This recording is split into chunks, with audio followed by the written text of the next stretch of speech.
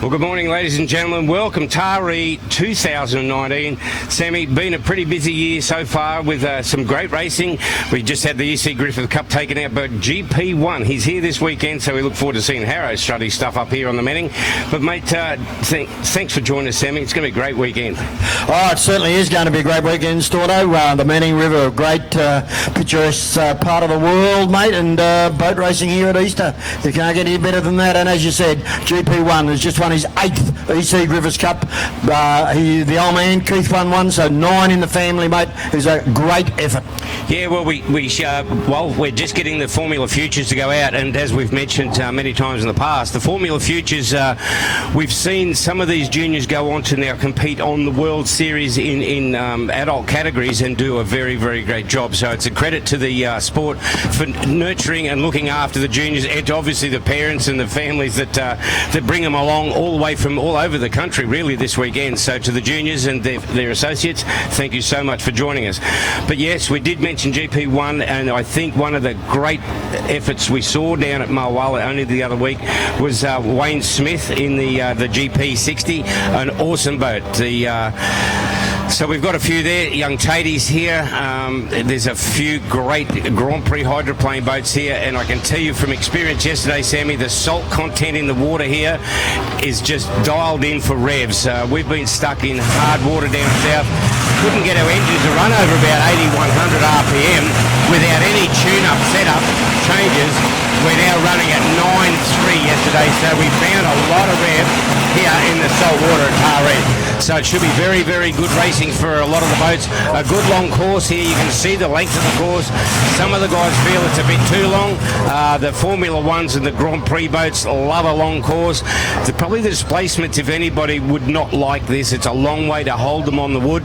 But we'll see how we go. The first of the Unlimiteds will be tomorrow in the Stevenson, where we see the unlimited displacements and the Formula Ones go head-to-head. And then later in the day, of course, we've got the King of the River, where I'd like to write a scenario. There's a couple of GPs, a couple of F1s, and a couple of really good displacements. That would be a good way to finish the weekend at Taree. But before that happens, we've got to get through today's program. We've got some great unlimited displacements coming on. The 6-litre boats have got a huge field, up to 8 boats running in a race. So this is going to be very, very spectacular.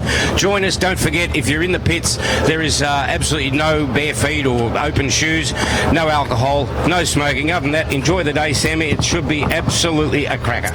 Yeah, we've certainly got some rules in place, and as you said, there is no smoking and or drinking in the pit area. There is no, of course, having thongs. You must have filled in footwear, and of course you must have a band on too, Storno. So there will be security going around, so you can, if you're around a boat and you're smoking and or drinking, you can disqualify that boat from racing here this weekend. So please, be safe and look after everyone, and have a great weekend with us.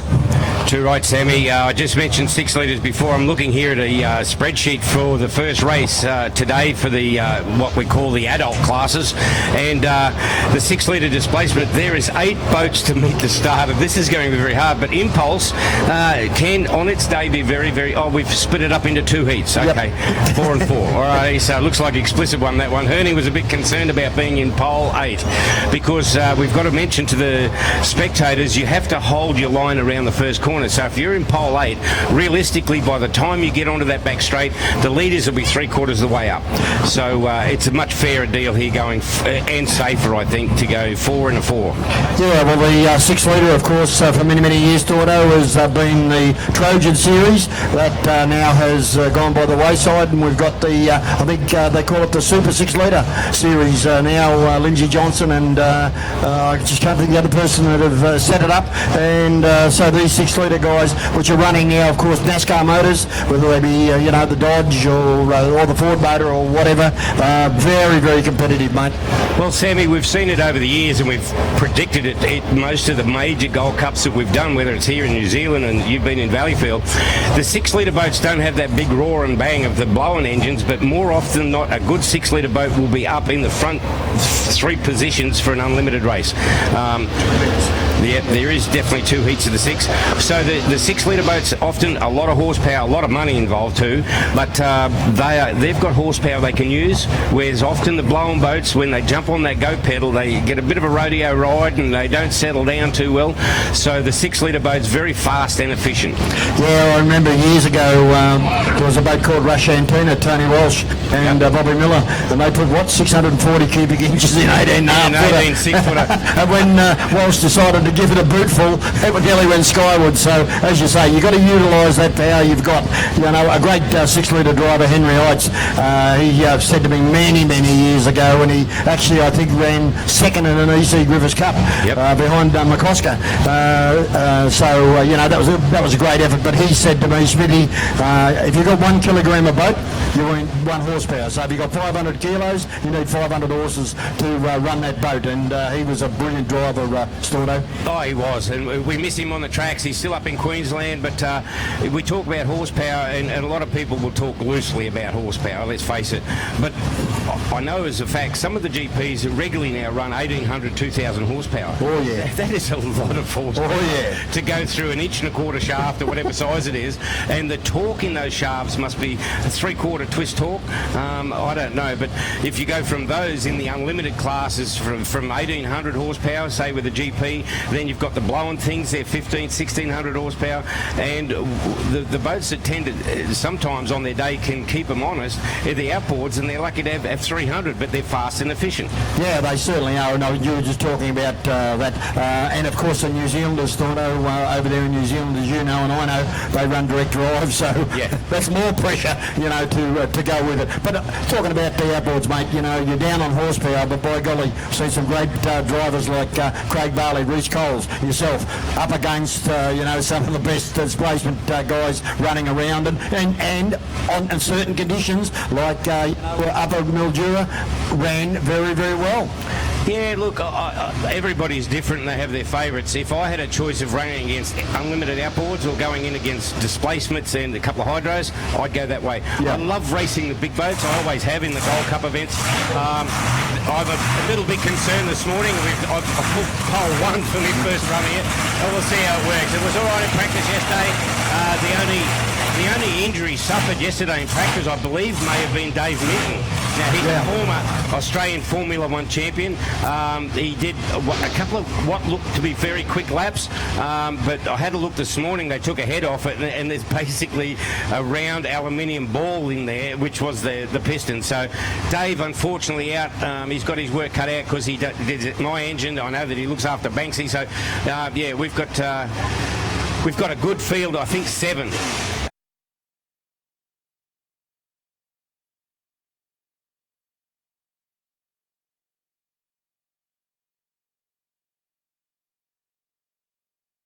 There because I don't know what the day's going to produce, but the second race I'm in pole 6, so I've gone from a rooster to a feather duster, and then I think pole 4, and then later in the day go back to 1 again. Yeah. So God willing, it's all still going. We'll have a play, but I really want to hold the gear for tomorrow for the unlimited. So I really just want to go unlimited if we can. It looked good yesterday though in practice. You had a couple, and then you switched it off. You know, a little bit of a hiccup, but it looked good. Yeah, it sucked along pretty good actually, and that boat, unlike a lot of tunnels that like to get a little bit nosy. Yep. It just lifts up laterally, and it crept down on me and put the brakes on, and I thought it was the engine at first, but I didn't realise it had come in, so we changed the trib rams. I don't think, hopefully, touch wood, we'll have no problem today, but yeah, it's a reliable old fishing engine.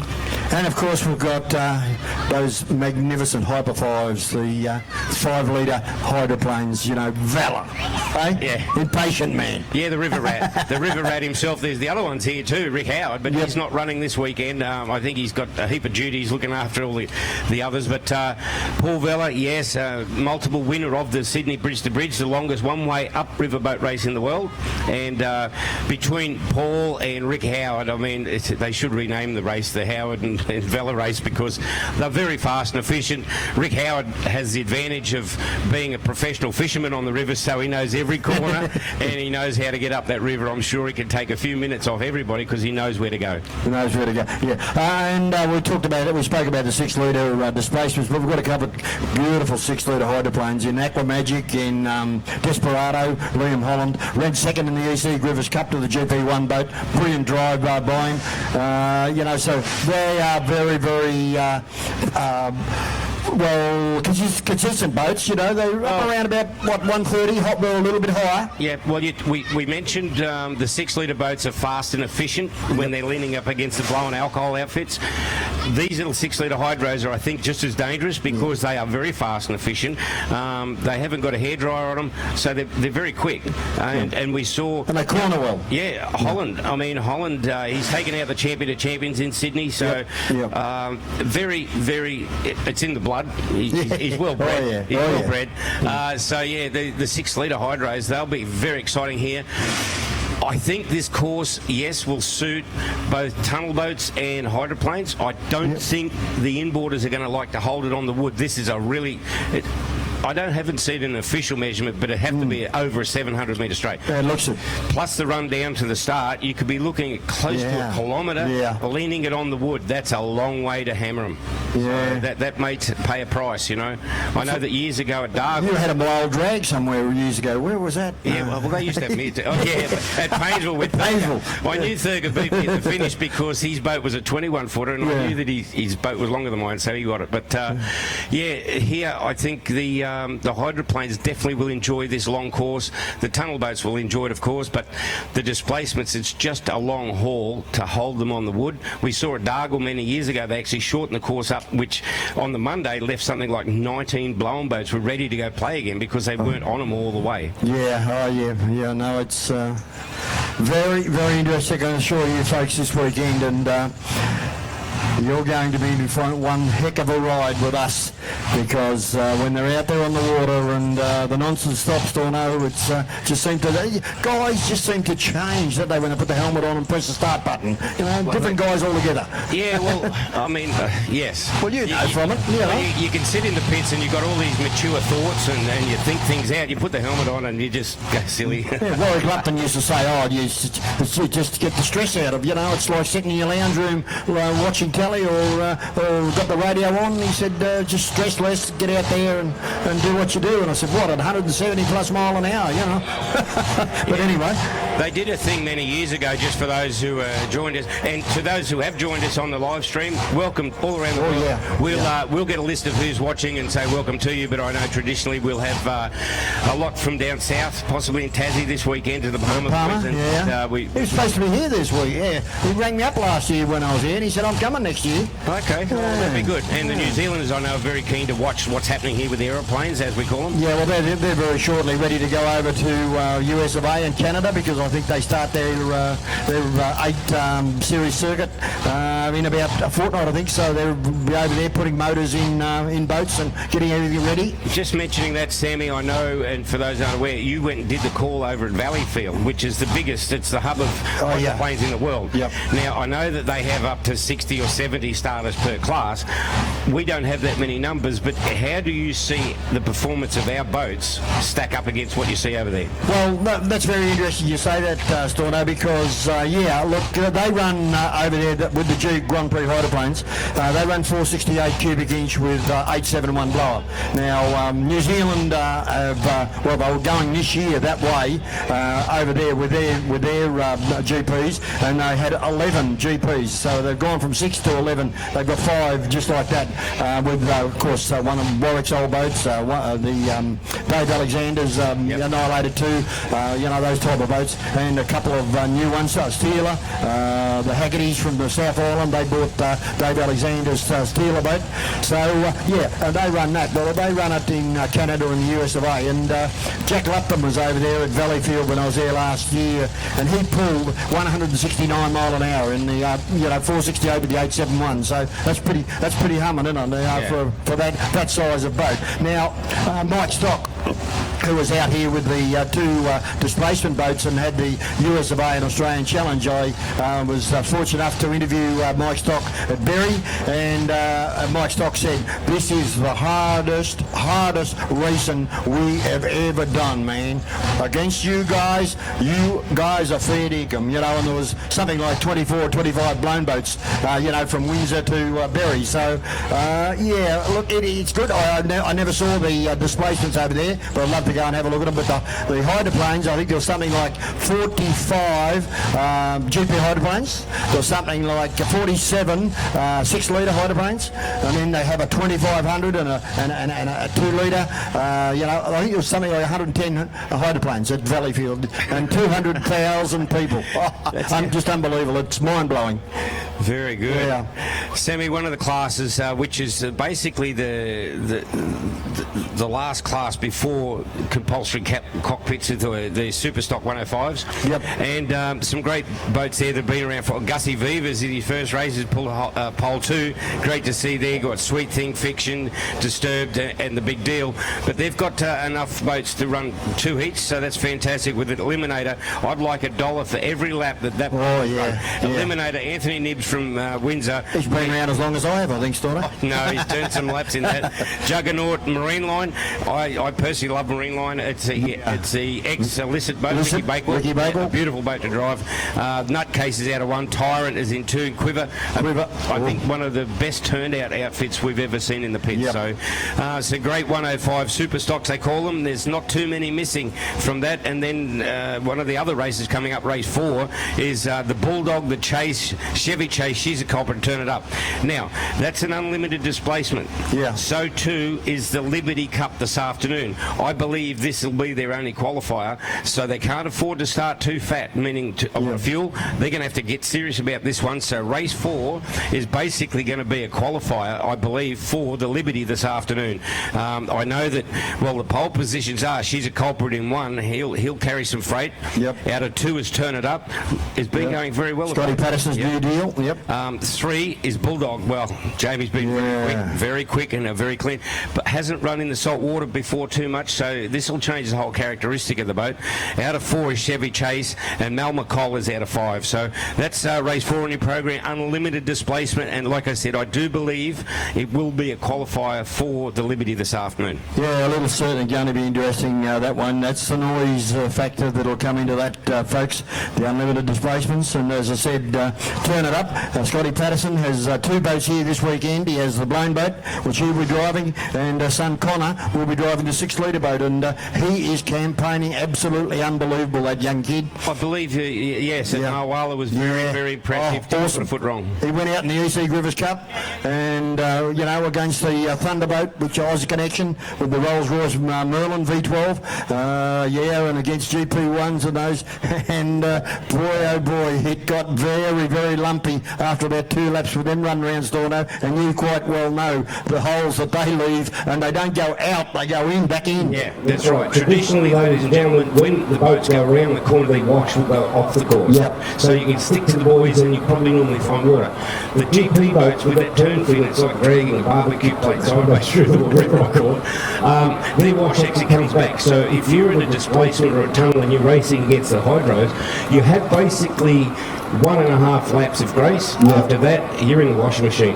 You can use their wash. Sometimes you can hook your boat in there and get around. I was lucky enough up at the Gold Coast against Lupton. I was using his wash to launch me, and I was using it like a ramp to shoot out the corner.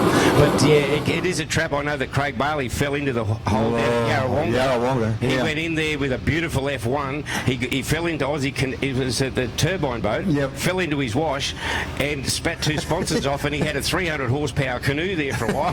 So it is a bit hard. The boats are a bit stronger now than they were in those days, but very tough racing. Yeah, well, Johnny Cross used to say, get away from them. When the flag drop, go, put 200 metres on them, and you can dictate your terms for a little while. I know.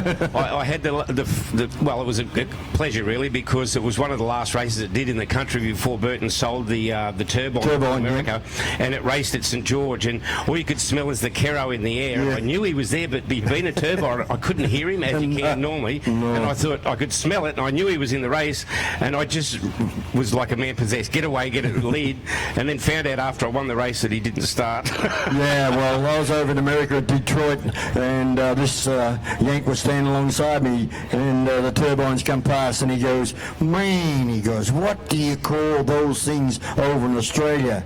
And I said, oh, we call them a hairdryer. And he said, yeah, that's it. Yeah, it's just a shh as they go past. no noise with those turbines. Yeah, but great. The hairdryer was really hard Yeah, racing yeah, against, yeah. because traditionally, whether you're an inboard or an outboard and you're racing the hydroplanes, particularly the Merlins, you could hear them. Oh, yeah. And your boat would start to Oh, you vibrate can- when they got close.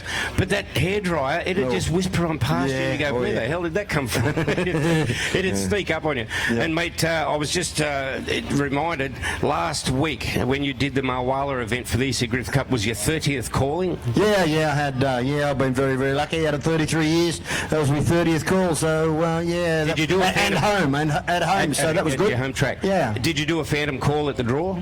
No, I didn't. You used to actually, no. always do that.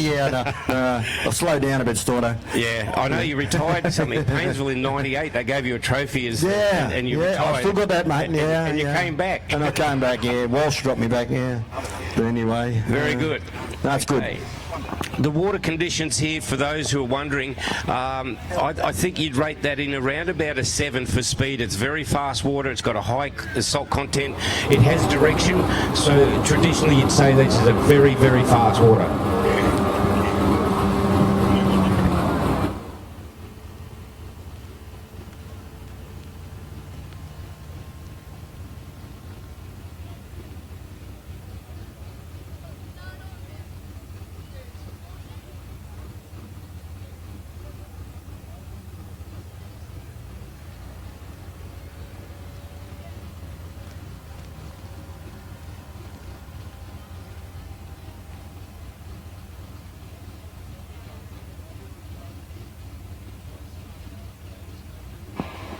Okay, just while we've got 5 minutes, Storno, we've got a guy up the back there that's got some magnificent racing apparel for this weekend. It's the official shirts. Beautiful. We had a look at them yesterday. I think we took a couple back to the to the motel with us. But You have a knack of getting samples, Sam. yeah, the fountain. Now, you give me another one. I think that's 444 I've got. But I just go to the cupboard, mate, open the door, pull one out. And just I've got a fine print one too, Mark Staunton. So yeah, good on you, mate. Yeah. But, and just on a bit of a sad note, we'd just like to remember Greg Watts. Race Print, unfortunately, for those race fans. Greg was fantastic with Race Print, used to back us at all the racetracks and a lot of the clubs. Unfortunately, left us only a month or so ago. Yep. And, we'll miss you, Greg. And he was a good bloke. Yeah, it's top grey, and as I said, Race Print, Motorsport and Souvenirs. Went up to Dargle and Windsor, and so he didn't mind going here, there, and everywhere. But great bloke, and we will miss him. So no doubt he'll be looking down over us today, and wondering how many shirts he could have sold. yeah. Sammy, we just see the Formula Futures out there, and we're getting up obviously to the category that's close to where they step into adult boats, and traditionally going Formula 3 or Formula 4, which is a very nice class of racing to get into. Some of the guys or girls and parents and what have you have started putting mirrors on their monos, so the kids, when they finally do get in a cockpit boat, it's not going to be a huge culture change. They've started getting used to looking into mirrors, and that's, it's very smart thinking. But you can see these boats are very, very quick indeed.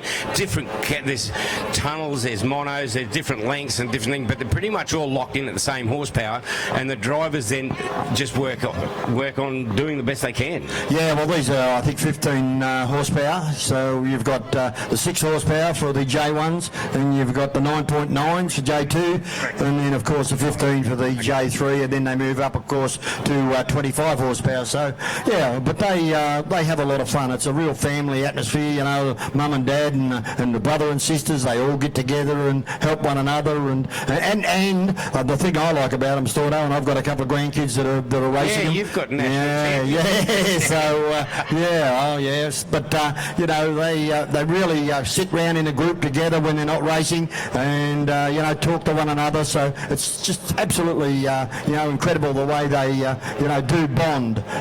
So that's great. And as I said, who knows, in 5-10 years' time, where they'll be, what sort of racing they'll do, or whether they'll give it away for a while and come back. But, look, we had 25 at Yarrawonga Moala 2 weeks ago. So, so it's very, very strong. It's like you said, they get to the point they can decide to stay with the outboards, or do they go inboards. I know that Louise Vella, she's waiting for the new hydro. Yeah. So she's elected to go to the dark side, as I call it. But and following this Formula Future this morning, we've got 3 aeroplanes, as I call them, the hydros up there to have a bit of a practice run.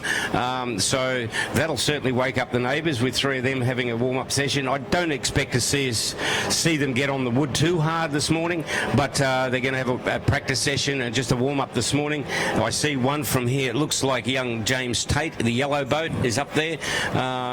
So we look forward to seeing the hydros join us, and that'll be, if it's not the first time, it'll be the best time to see them, because they'll go out down here. And it is said, Sammy, and I think you can confirm it, on the average lap, a GP hydroplane can fill up an Olympic swimming pool with the water they put off that turn fin. Oh yeah, yeah, it's very exciting. And you can out the back, mate. There's, you know, that rooster tail, as we call it. If you see that high, you know that they're on a roll. Yes. You know, when they really put the accelerator down, and of course the torque of the motor going to the prop, and you know, they can throw it out there. And somewhere around 2 tonne of water. And just for those who are new to it, and I'm not an expert in the aeroplane department, but just from knowing how they run, down the straight it is a rooster tail off the prop. Yep. And then there's a changeover point, which is just as they turn in the corner, the prop stops washing and tailing, and then it goes to the turn fin. Yeah. The turn fin, of course, is not you know. It doesn't turn like the rudder. Basically hangs around. Yeah. It makes the boat go around the corner like these ones. And turn fins are more important in a hydroplane, I believe, than a proper rudder or an engine. I mean, without the right turn fin, I know that Dave Alexander lost one over in New Zealand at Carapiro, mate, and he done in the World GP Championship about 2009, and he done 2 360s. How he never went over, it got me beat, but it went out and took the rudder out as well, you know, when it let go. So very important. No, Dave probably had his wallet on board. That would have stopped it from going over. I bet they had a good drink that night. He's not struggling for $1, young Dave. Anyway, we're not far. Black flag's out, and we do just take a chance to thank the officials. And I know that there's more, and I shouldn't name just one, but I personally, we've been involved with Scotty. He's done a lot for us, Scott, for the club, and we'll cover those. But our divers out there, they're sitting in rubber wetsuits all weekend. We've got divers, we've got rescue boats. Zane's here with the jet ski for an emergency pickup. So to the officials and the ramp officials, Mary McMillan, fantastic job up here. You've got them all bluffed. So we do thank the officials very much. Yeah, they do a great job. They do a great job. As you said, they've got to be fully suited up, ready to go at the instant. So I take the hats off to the guys that are out there, you know, in wind, in sun, rain, you know, as James Tate's about to fire up, mate. Yeah, we'll take a breather now because you won't hear us anyway. You talked about 3 boats going out onto the water. Yeah, looks like James Tate. 2 of these guys. Wayne Smith, by the look of it. Yeah, very impressive at Lake Moala. That is Miss Tina Breeze, the red and white boat. So, haven't driven for a while, James Tate. And there he is, in the high tension boat, GP55. So James Tate, I think about 9 years since he's been in that boat, Thorno. It has been revolutionised. The GP55, the yellow boat, is a former world champion. It was Cunningham's boat, the GP55. Paul Cunningham drove it. And then we've got Mystic Magic there. Aqua Magic 6-litre, Steve Scott. And the Ronnie and Clint Seddon boat there just going out as well. So there's the 3 boats out on the water. As we said, these hydroplanes, Dorado, and so they've got big sponsons on the front. Virtually, those sponsons are just touching the water at full speed. We saw yesterday when Tatey in the yellow boat had a bit of a run, it started tiptoeing. That is what they need. As they tip and then tow, they're spilling the air at either side.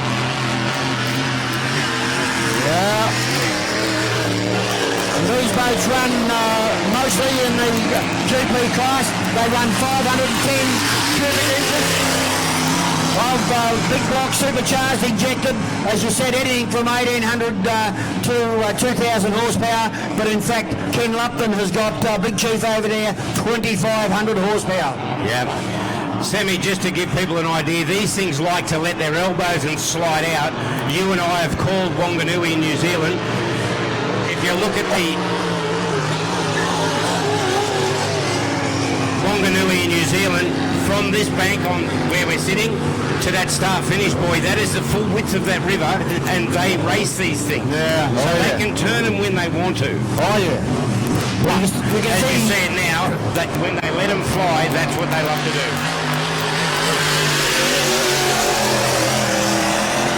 Sounds very good, Storno. Sounds nice, Tatey. Put it away and hang on to it, son. Where's Wayne Smith got to? Oh, he's gone in. Oh, Looks like he's pushing a lot of water on that left-hand sponson. They are right-hand rotation propeller, and I tell you what, young Tatey saying, "Catch me if you can, boys. That's what I got." Yeah, welcome back, James Tate. GP55, high tension, Peter Tate. Great driver of yesteryear, Peter Tate, in the displacement boat.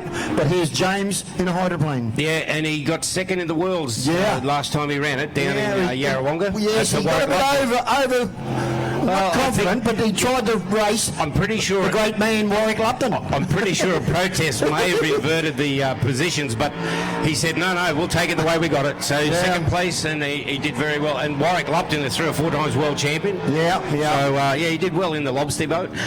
Yes. Okay, well, I know that Wayne Smith and the crew that went very well, as you saw down there in the GP60 down at Mulwala, they've got a problem this weekend, and they've got all telemetry on there, and they can plug in their computers and all that high-tech stuff, but every time he goes near the throttle, it just turns everything off. So they've been trying to find where this electrical anomaly is, and they've changed a few things. I think they had a points problem in the Maggie yesterday, which they thought might have solved it, but he didn't really get to put it on the wood. If we look down there at the bridge end turn, ladies and gentlemen, have a look at the rollers down there. That is the wash we're talking about. Now, look at that. Out there. It's still going. And there's probably a metre? Yeah, it's a good wash. Now, see how it's running up the course? That's where, if you're in a tunnel boat, you use that as a launching ramp, and it's fantastic fun. It really is. Yeah, but you say, when am I coming down? Well, that's it. You don't. How am I coming down? You don't come out on what we call a freedom excuse. No. And traditionally, outboards on their last lap, they go a freedom release on the lead-out buoy. You don't do that in that sort of washes around. Yeah. You have to keep it a little bit under control.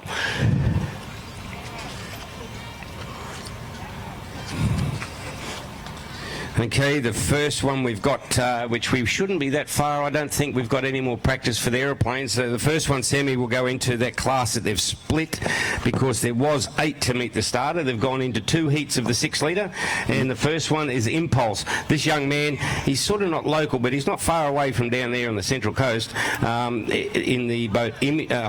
Impulse, is it? Yes, of course. Yep. And then Hostage is out of 2. Joe Jr. on its day. Joe Jr. can set some standards. I mean, it's a very quick outfit. And then I think for what has been on average, you'd say the fastest in those 4 would have to be Lock and Load. Yeah, Ryan McIntosh. He's on the outside, and that'll cost him. Yep. But Lock and Load on its day, on average, is very, very quick indeed. And then the second heat of the 6 litre that they've redrawn, of course, because all 8 of these were in the same race before, is Mikey Johnson in the 2 Addicted. He's out of 1. He'll be very happy with that. Out of 2 is Explicit. That's a quick boat. Out of 3, Turn It Up, the boat that we mentioned earlier on, Young Patterson. And then 4, probably out of that heat, the most consistent winner is Shenanigans with Pugs on board. So yeah, I think the 2 fastest 6 litres in their respective heats are on the outside. That won't bother them. They'll do well from there, but by the time they get around and hold their line, it's going to give these inside boats a little bit of a jump on them. So that's the first couple of races we've got to look forward to.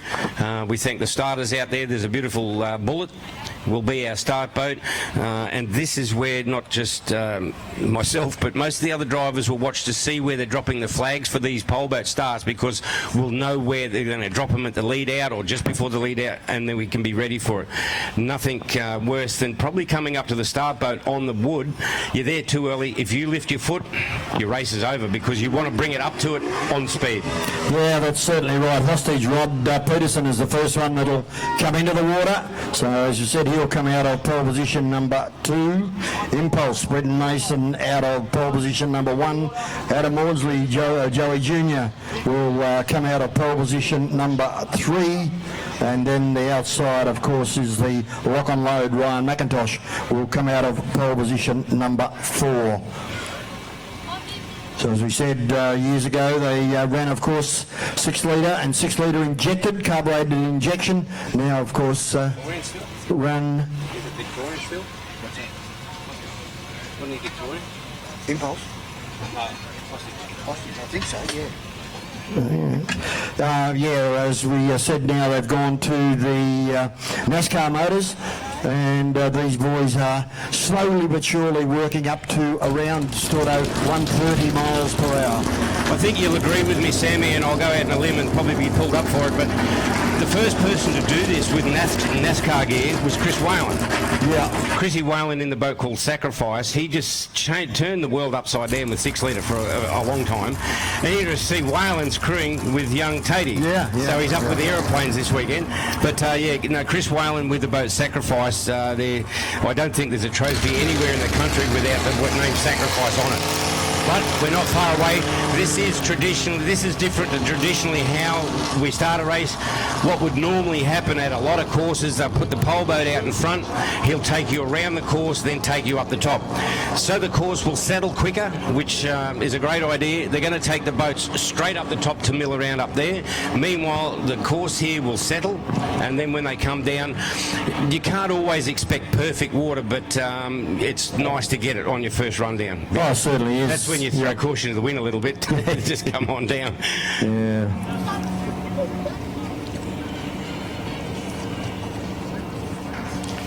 Yeah, well, these 2 heats should be beauties. You know, second heat we've got 2 addicted out of 1. Explicit will come out of 2. Turn it up will come out of 3. And that sensational boat, Timmy Shannon's Shenanigans, Chris Pugsley out of 4. Beautiful boat, and I'd have to say a beautiful owner. He's a great guy. He's so nice. Yeah, great. But I think 2 of these boats, yep, particularly if they don't have, you're bad at putting the mozzers on people. So, but I'd say 2 of these will get into the Liberty this afternoon for sure. Oh yeah, well those two addicted in Shenanigans at Moala, yep. and I think it was the first race. They had a brilliant run, and I was talking to Pugs before, and he said, look, we've got the second motor in, it's 70 or 80 horsepower down, but once they, I think, dialed her in, mate, it was hammering. It might be 70 horsepower down, but he can work every single kilowatt out of that thing. He's very efficient.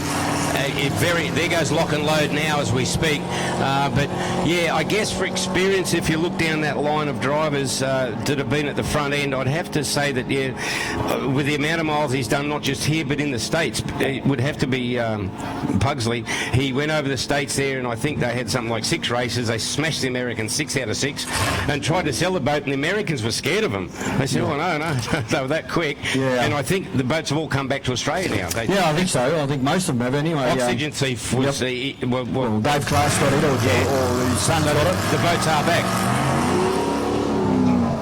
Yeah, so,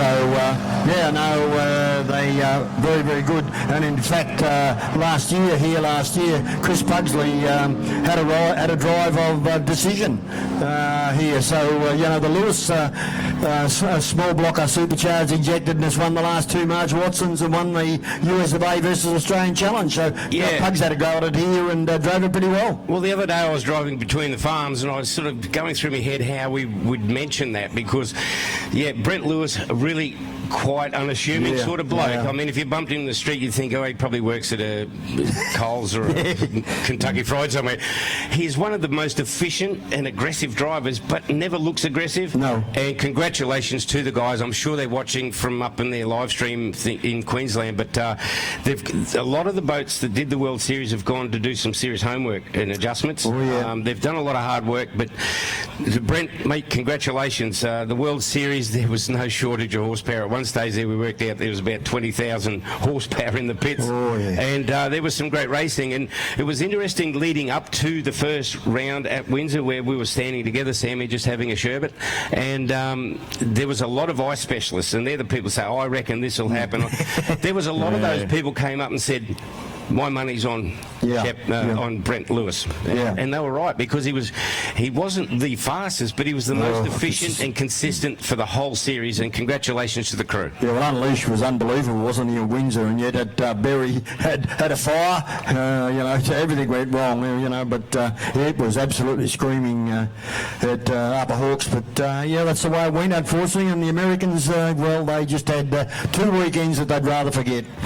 Mike Stock said to me, he said, that is the hardest, is the hardest and longest days of racing we have ever had. Well, I remember many years ago, there was a guy in America, they have, what did we call it? I'm trying to think what it was. It was like the champion of champions. You have to have won a championship in one of 3 classes, or all 3 classes, to get into that final big race. And the guy's name was Michael Newty from America. And I remember he came out as a guest a few years ago to Dargle, and he said, "This is the best goddamn creek racing in the world." Creek racing. So I think the Americans did something like 6 or 7 engines while they were here. And to all the credit, the Aussies were just bailing them out for parts and helping them out everywhere they could. So it was a credit. Righto, Sebby, it looks like a good start here. I'm just interested to watch how they're going to start us, because in about 4 races' time, I'm going to give this a go. Yeah, we'll lock and load the outside. Watch that one, the Black Machine, Ryan McIntosh. It looks like a good line-up, Sam, and they're bringing them right down to the lead-out, boys. That's interesting to know. It's not going to be a long haul. Lock and load's got it all working. Down the inside there is Impulse. Impulse has run out of horsepower. He's run out of legs, but down the outside. Well, it's a good start from Lock and Load, Ryan McIntosh. As I said, he would be the one to run down. Joey Jr. going very nicely, but around here in 3. But Impulse, have a look at that. Had a few problems yesterday in practice. He did, Brendan Mason, but he's got that boat sitting beautifully on the water, Stordo. Well, we did mention, Sammy, before earlier on, that on its day, this boat can be very, very fast. Young Meso, 2nd generation boat racer. Lock and Load, he has not given up the chase. You can see here, he slams it in and turns left. Well, he certainly did. He's out of 4, but he's in 2nd place at the moment. But Meso doing it well past the Tax Impulse from Lock and Load, Ryan McIntosh, from Hostage of Roddy Peterson, and Joey Jr. of Andrew Walmsley back there in 4th placing. But they are singing down the front straight, Stordo. Yeah, well, right now, young Mason in the Impulse, he's got it all his own way. He can go where he wants to go.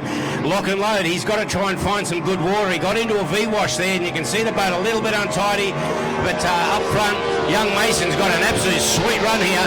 This will be a good qualifier for the Liberty. Well, he certainly did. Lock and Load in 2nd place, in Hostage is 3rd, and Joey Jr. now. Walmsley starting to fire up down the back. He's got to the inside here of Hostage, Stordo, so a good run. Yeah, he's closed in very, very fast there. We've seen Joe Jr. on his day, Sammy. They've got a combination of engines, and this is not his big one, but very, very fast. Hostage now stepped to the outside.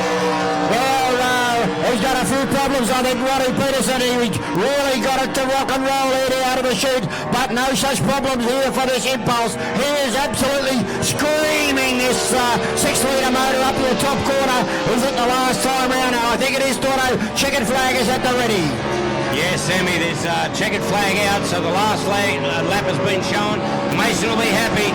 Look in your mirrors, just save your gear as he takes the checker. First big one for the weekend.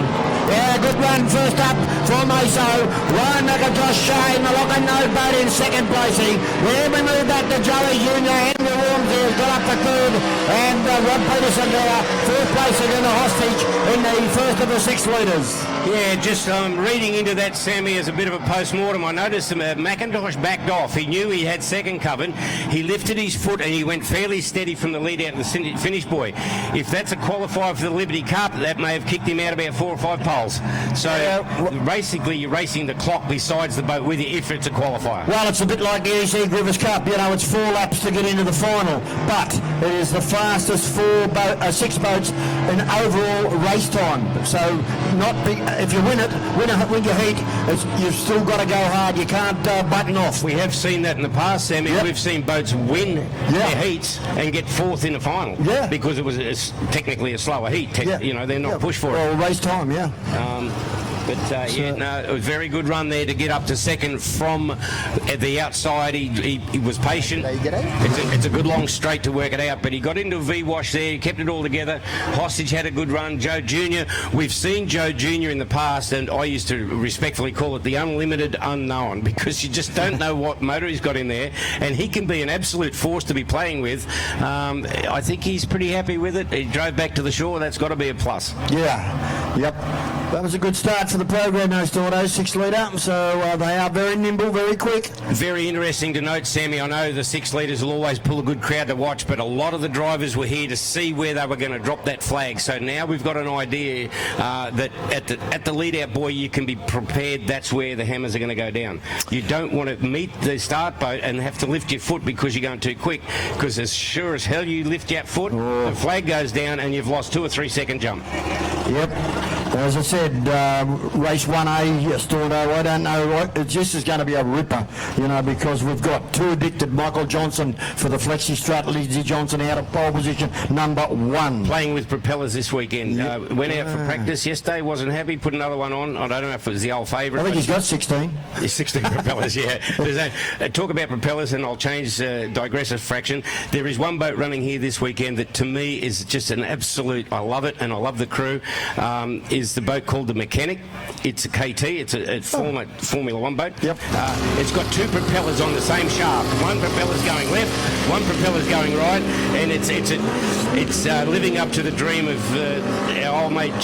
What do they call that? Counter rotation. Counter rotation. So it's 2 propellers on the shaft, and it looked fast yesterday in practice. So Michael Clinch, wish you all the best this weekend, mate. Which one takes over when you go left? I don't know. There's shenanigans just gone out for Timmy Shannon and Chris Pugsley, of course, in that boat, that silver or grey, light grey boat. Beautiful boat. Turn it up, Connor Patterson, younger guy here, out on the water. Brilliant at Lake Mawala. There he is, turn it up. 2 boats, as I said, Storno, turn it up, supercharged, injected of Dad Scotty Patterson, and a magnificent, 2 boats, but also a great supporter and sponsor of Powerboat Racing, Storno. MS3 times. I think young Pato may be a little bit confused. No, he's right now. He just pulled up there so his sponsors can get some photos. But, young Pato. Explicit Chris Hearn just going out in the red boat. Very, very quick on his day. We've seen him very fast. He's very quick. I think a lot of the guys, I know that I am really happy. The salt content here it gives the boats a lot more rev. They're a lot more buoyant, and it's not as hard on the boats. Water conditions probably backed off. I reckon for speed, you're looking at around about a 4.5 now. It's slowed down the water. There's no real direction on it. You need a little bit of air on the water, or the boats will tend to suck down. Yeah. And then when they suck down, you've got to get a little bit and try and get the blade up. Yeah. There's Michael Johnson. Have a look at this colour coordination on that boat. 2 addicted. We'll come out of pole position number 1, mate. But it is absolutely unbelievable if you see it up close. How long's he been in 6 litre? 12 months? Yep. Yeah. He debuted at 12 months prior to the EC Griffiths Cup. So the year before, that's when it got onto the water at Lake Mawala. Awesome job. Awesome job. And a great young fella. He's such a nice. He's another kid. If you see him in the street, you'd think he works at McDonald's or somewhere. He's only a good young kid. But from a great family, a great tradition of boat races, and they've even got the little tiny boat now for the juniors as well. Yeah. They're heavily involved in helping the juniors and everyone else around the traps. They do a wonderful job. And Lindsay here with his motorhome, that's Todd, of course, Flexi Strut. They support and sponsor Powerboat Racing along with, as I said, Scotty Patterson to a big degree. And of course, then they've also got to get the boat out on the water. So you're spending a lot of money in Powerboat Racing and sponsoring Powerboat Racing. Don't they support one of the AFL teams? The Tigers, I think, isn't it? Everything's... Ask Scotty how the Tigers are going, the yellow and black. I don't want to go there in case he's not too well. But he's a man. I think he's got his own corporate box at the MCG. And we haven't been invited to it. And mate, he's got a aeroplane that he flies around the country. So I went from Melbourne to Wagga and delivered some goods, and from Wagga to Adelaide, delivered some more. He's obviously not a farmer doing it tough. Scotty Patterson, you do a lot for the sport, matey. Great guy, and of course course, Darryl Quinn. That is the former Bad Influence boat of Quinny's, and Quinny's around him this weekend. So, and I've heard on the grapevine that he may have a new deal. Yeah, Darryl Quinn. I have heard that there's something happening in the background, and Quinny did mention to me earlier on, I don't think it was confidential, but they've actually not detuned the boat, but it's running pretty soft. He's just letting it creep up on it. These blown boats can be pretty aggressive. And for those who aren't aware, there's two pedals in the boat. The right pedal is your throttle, and the left pedal is your brake, and that basically changes the attitude, and it's how quick you can change those two pedals over. As one goes down, one's got to come up. And if you don't get it right, it can it's a bit like airboats. Airboats got buttons, have you, on the steering wheel? Yeah, these have got... We're a bit more high-tech. These have got a pedal on the left-hand side, folks, and as Stordo said, it's a brake. Well, it's a cab plate on the back of the boat, which they can adjust up and down when they hit the corner. They put the nose down to bed, so to speak, and then sit it on its tail coming out to get maximum speed. Release it. Yep. Righto, here we go again on the outside. I think we've shenanigans on the outside, so Pug's got all the work to do, but I think he'll work his way to the front. Flag still up, Sammy. Let's see how it goes. Lead out boy once again, so all the drivers are now heads up. That was a brilliant start. Look at that explicit Chris in the red boat. Shenanigans, Pugsley trying to go.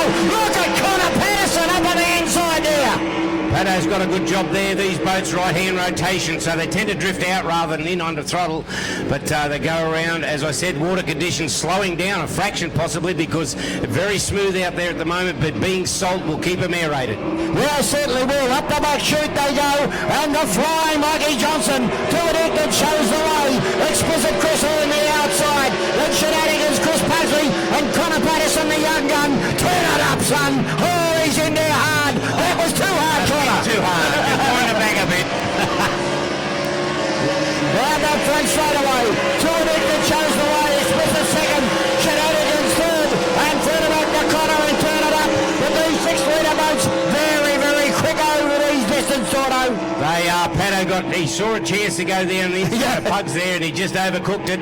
I think the old saying is he had his approach speed and his capabilities all mixed up. All mixed up. But young Johnson out there, and Explicit going for Herney. That's a good drive there in second. Oh, brilliant drive for Chris Hearn and the Explicit boat as Michael Johnson hits the top corner and the flexi strap two-addicted boat comes into front straight away. Yellow flag at the ready, Stordo, 1 to go. You mentioned that the Shenanigans boat running about 70 horsepower down. Maybe that's the problem because he just hasn't shown the freight that we normally see. Certainly is at the moment, so they might still have that motor in, might not have the big one back at the moment, but this race leader, Michael Johnson, out of the chute, puts it down, nose skyward there. Also did Explicit Chris Hearn, got the nose up high. Stordo, as they go up the back straight away, homeward bound is about to come. Yeah, looks bloody good actually. He's sitting that boat perfectly, young Johnson. He had a problem down in the Windsor at high-sided, which is unusual. I think it was a prop issue. No problems this morning. He's come out a win on this one. I think the checkered flag's out. Congratulations. Pugs has started to work on Alyssa, but he's not going to get him. Oh, brilliant drive. Second home, Chris Hearn. Explicit, he goes over the line. Shenanigans to be shot on for Chris Pugsley for Tim Shotton there as he goes through and turn it up.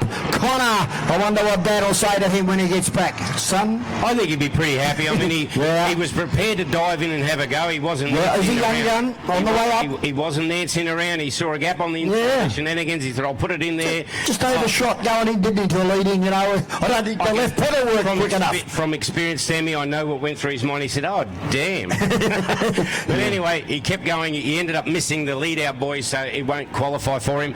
But a good drive. I mean, he's up against some pretty seasoned campaigners. Yeah, but it did certainly show something down the front straight, so, you know, it's there, isn't it? But good freight. Yep, the more time in the seat, as I said, seat time is the important thing for us. It is. Johnson's happy. Yeah, well, I think he just won a World Series. He's having a bit of a yip-yar. But no, there you go. We predicted that the 6-litre boats will be a good way. I'm pretty sure you'll find that Mikey Johnson's heat time may be a little bit faster than the earlier heat. We'll get it confirmed. But whether they're qualifying heats for the Liberty this afternoon, I'm not sure. Some of the races are 4 laps today, some are 3. And so you can only qualify in 3-lap races for the Liberty. I know that the blown boats, when they come out to join us, are going to be very exciting indeed. You were saying Michael Johnson's got a few props he's going to try. Maybe he might go with that one, mate, because that was good. Yeah, it accelerated. It didn't sort of give him a hard time out of the corner. Bite, didn't really, you know. When we say prop selection for those new to join us in the sport, you can get a prop that'll give you maximum terminal speed but won't accelerate. Yeah. Or you can have a prop that'll accelerate like a shotgun, but it's uncontrollable and won't have top speed. Yeah. You need something that's sort of halfway in the middle. A bit of slip, I think 33% slip there. Formula Ones, on average, you can work around about 10% slip max. Salt water, you probably go to 12%. Very, very good. Gussie Vivas is down in front of us, Sammy, in the Haymaker. The Haymaker, the farmer from up there at Inverell Way. Well, we should have the Hyper 5s, I think, Storm. Yeah, well, Gus maybe just jumped the gun. Yeah. But he's in the water ready to go. So the Hyper 5s are on our program. And then we have a big field of the 105s. So we're looking for Cookie. He's out of pole 4. Paul Veller is out of 3 in the beautiful red boat, and this thing floats. It is it is poetry to watch. The Phoenix is out of 2, probably handicapped a bit in the horsepower stakes. Untamed Lady, that is a magnificent boat. If you haven't bought yourself a pit pass, buy one. Go and look at these aeroplanes. They are magnificent little boats. Yeah, they're not that little either. No, 5 litre. They are very, very fast, especially entertaining on the likes of the Hawkesbury River, where, you know, Vella likes to get right close to the crowd, doesn't he, and turn it on. Dargle, actually, you and I called him up there, and as he comes through, you could see the canard. They've got a wing on the front of the boat, and it was flexing like a piece of cardboard. He had so much air through there, and I think that's Paul Vella going out. That's him. Yep. So most of these boats are being put in by the crane up the top end. Cooking's Monster. Cookie. He loves the sport, and his kids are now in the sport. Yeah. And they said, "What is your? What's the word? What's your claim to fame in boat racing?" And he said, "I'm in a sport I love, and I'm seeing my kids enjoy the same sport." So that says a lot. It's it does. Family sport. It does. On your Cookie. Yep. And he supports a lot of clubs too. Yeah, he certainly does. Comes down to the as in competing and money. He gives them a few dollars here and there. Yeah, well, Untamed Lady, it's gone up there as well, Stordo, so coming out of 1. Phoenix, the yellow boat, or yellow and black, will come out of 2. Then Cookie's Monster, nearly all white boat, will come out of 3. And the red boat, Impatient, will come out of 3. And Cookie's Monster will come out of the outside 4. So they're the 4 starters. Hyper 5 series, 5 litre. Very, very entertaining, boys. Yeah, and don't be confused if you've got your program there. This is race 2, even though we've had 2 races. One was race 1A and 1B, and now we're in race 2. Okay, we had to divide that up because there was 8 boats to meet the starter in that 6 litre. They've split them into 2 groups, and all of the starters drove back to shore. That is great news. Okay, into the 105s. They're about to join us on the ramp area. Gussie Vivas, great to see him here. There's a lot of good boats in this. This is, as we said, the last category that you can run in before you go to a cockpit and capsules and all that sort of thing. I, for one, would love to see these guys go to it, but it's hard for me to charge them the money. Yeah, that's right. So, of this, the Hyper Series, I think that just on past performances, the boat out of 3, I think Paul Veller would have to have the pace on him. We'll see how it goes. He's in 3. They will slide as fair bit as well. So Untamed Lady pretty much can control his own entry and exit line, but on the outside, Impatient will keep the speed up and run around. Yeah, certainly will. And as you said, the first corner, they've got to hold their line around that first corner. And then when they get, I think, 2 boat lengths or 3 boat lengths in front, just do it. Take the gloves off and have a go. But I think Vella, he will make the best of this because he's in 3. He's going to be wide. He can keep the speed running. He's not going to have to shut it down. And I did speak to Troy Marlin about the hydroplane type of driving. As we know, Marlin's very good and world's best in the displacements for a long time. And he's now driving the big Warlord. Yeah. And I said, mate, what's it like? And he said, well, Stordo, you've driven a sprint car. You just come in, flick them and boot them, and they slide around. I said, man, it's the only class of boat I've never had the fun of having cut in, but I'd love to. Righto, they're up there just milling around. The water's settled down pretty good. Again, I think it's not the fastest water you'll see because there's not a lot of air on it. It won't bother these boats, they make their own air. Tunnel boats are a problem. They tend to suck down and the driver's got to hit the button, break it free, and then make sure it doesn't take a big breath. Yeah, well, still circulating around up there, so obviously no sign of the white flag to go up, although the start boat now starting to straighten up. Yeah, it looks like one of them went halfway to Port Macquarie to warm up. He's gone up to get the paper. But yeah, there's the white flag, I think, Stordo up. Yeah, green flag. We're in race starters' hands. So now the rooster tails go up. They say, "Oops, we've got to catch up there." The three behind.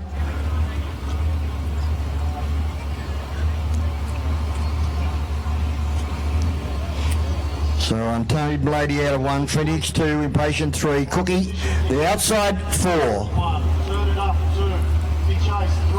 I could be wrong. It looks to me, and I could be wrong, but it looks like Vela is elected outside, possibly. I can't. It looks like it from looks here. Looks like it. And I think that's a smart move. He'll keep his pace up. By the time they get level to the start-finish boy on the back straight, he should be in front. We'll see how he goes. He has elected outside.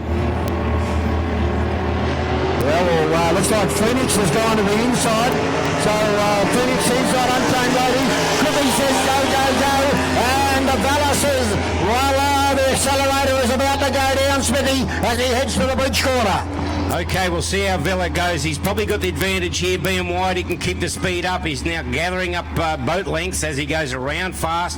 I'll see how we go. I think by the start-finish boy on the back straightaway, he should be close to the lead. We'll see how they go to get the power back down. He is a long way around. Where is he? No sign of the red at the moment, Stordo. Is Phoenix from Cookie running a big race? He's running third. Damn. All right, Vela. The Phoenix now on the inside. Where's Cookie? Is that Cookie in second at the moment? Yeah. Good on you, Cookie. Here comes Vela on the outside in the red boat. He's kept the speed up. Really not pushing it hard. Let's see if he can walk it.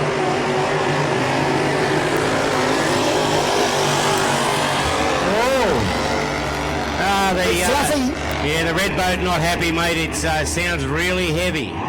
Really heavy. So he mustn't have a problem that he can feel inside because he hasn't shut it down, but the engine just sounds very, very heavy.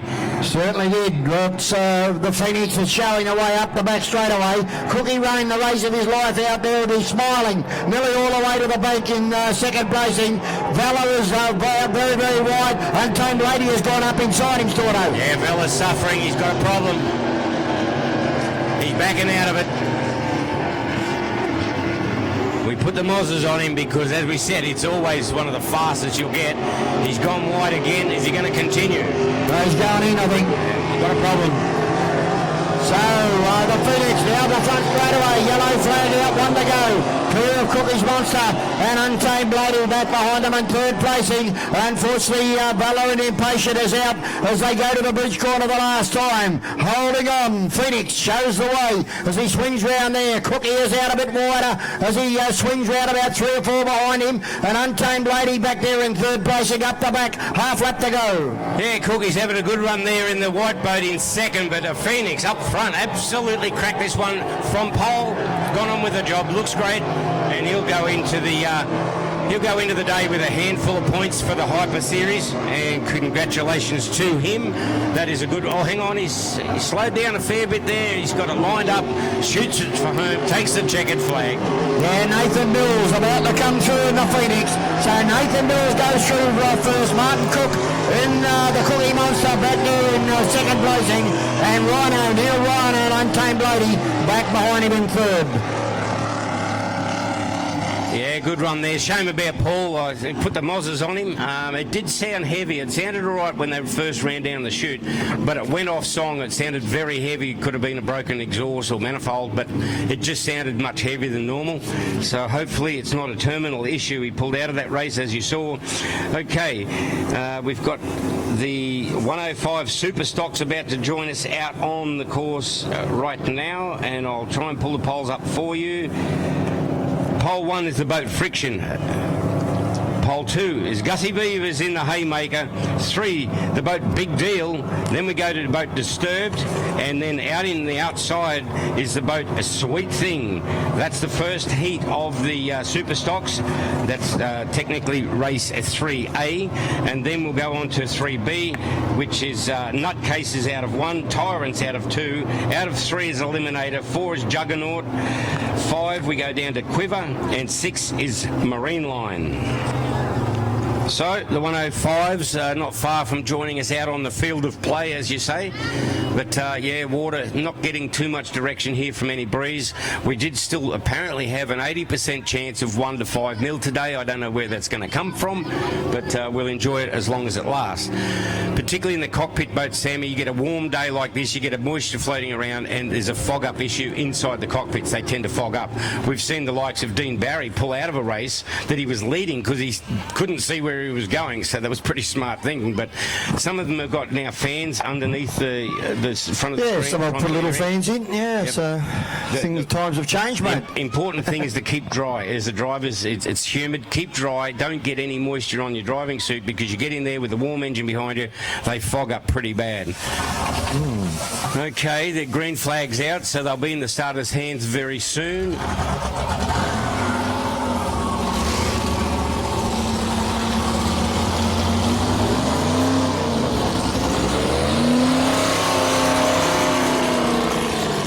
There's the boat I haven't seen disturbed on Isley, just going out onto the water.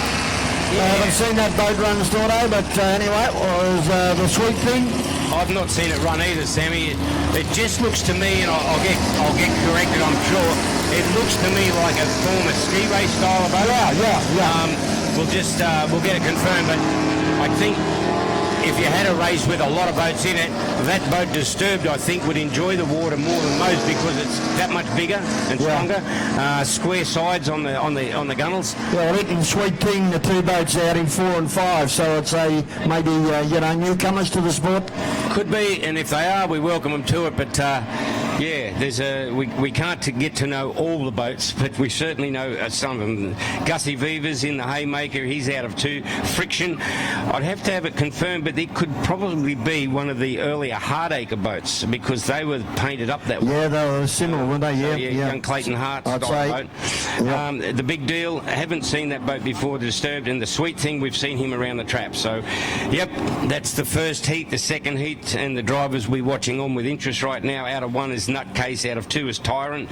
Very fast little boat, that well put together. 3 is the boat Eliminator, Anthony Nibbs from the Upper Hawkesbury Powerboat Club. 4 is Juggernaut. 5 we go down to Quiver, and then my pick of the boats in the heat 2 is the boat out in 6 is Marine Line, a former Ricky Batewool outfit, and that's a Brucey boat called Marine Line, and I love that boat. A former illicit outfit, so many times national champion combination. It's had obviously driver changes and engine changes over the years, but a very, very good little boat is the boat Marine Line.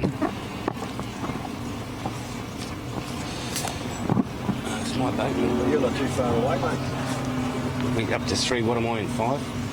Yeah, this is 3A and B. And there's an unlimited and new, isn't it? I'm on half the unlimited, am I? I think so. Where are we? Okay. Cool.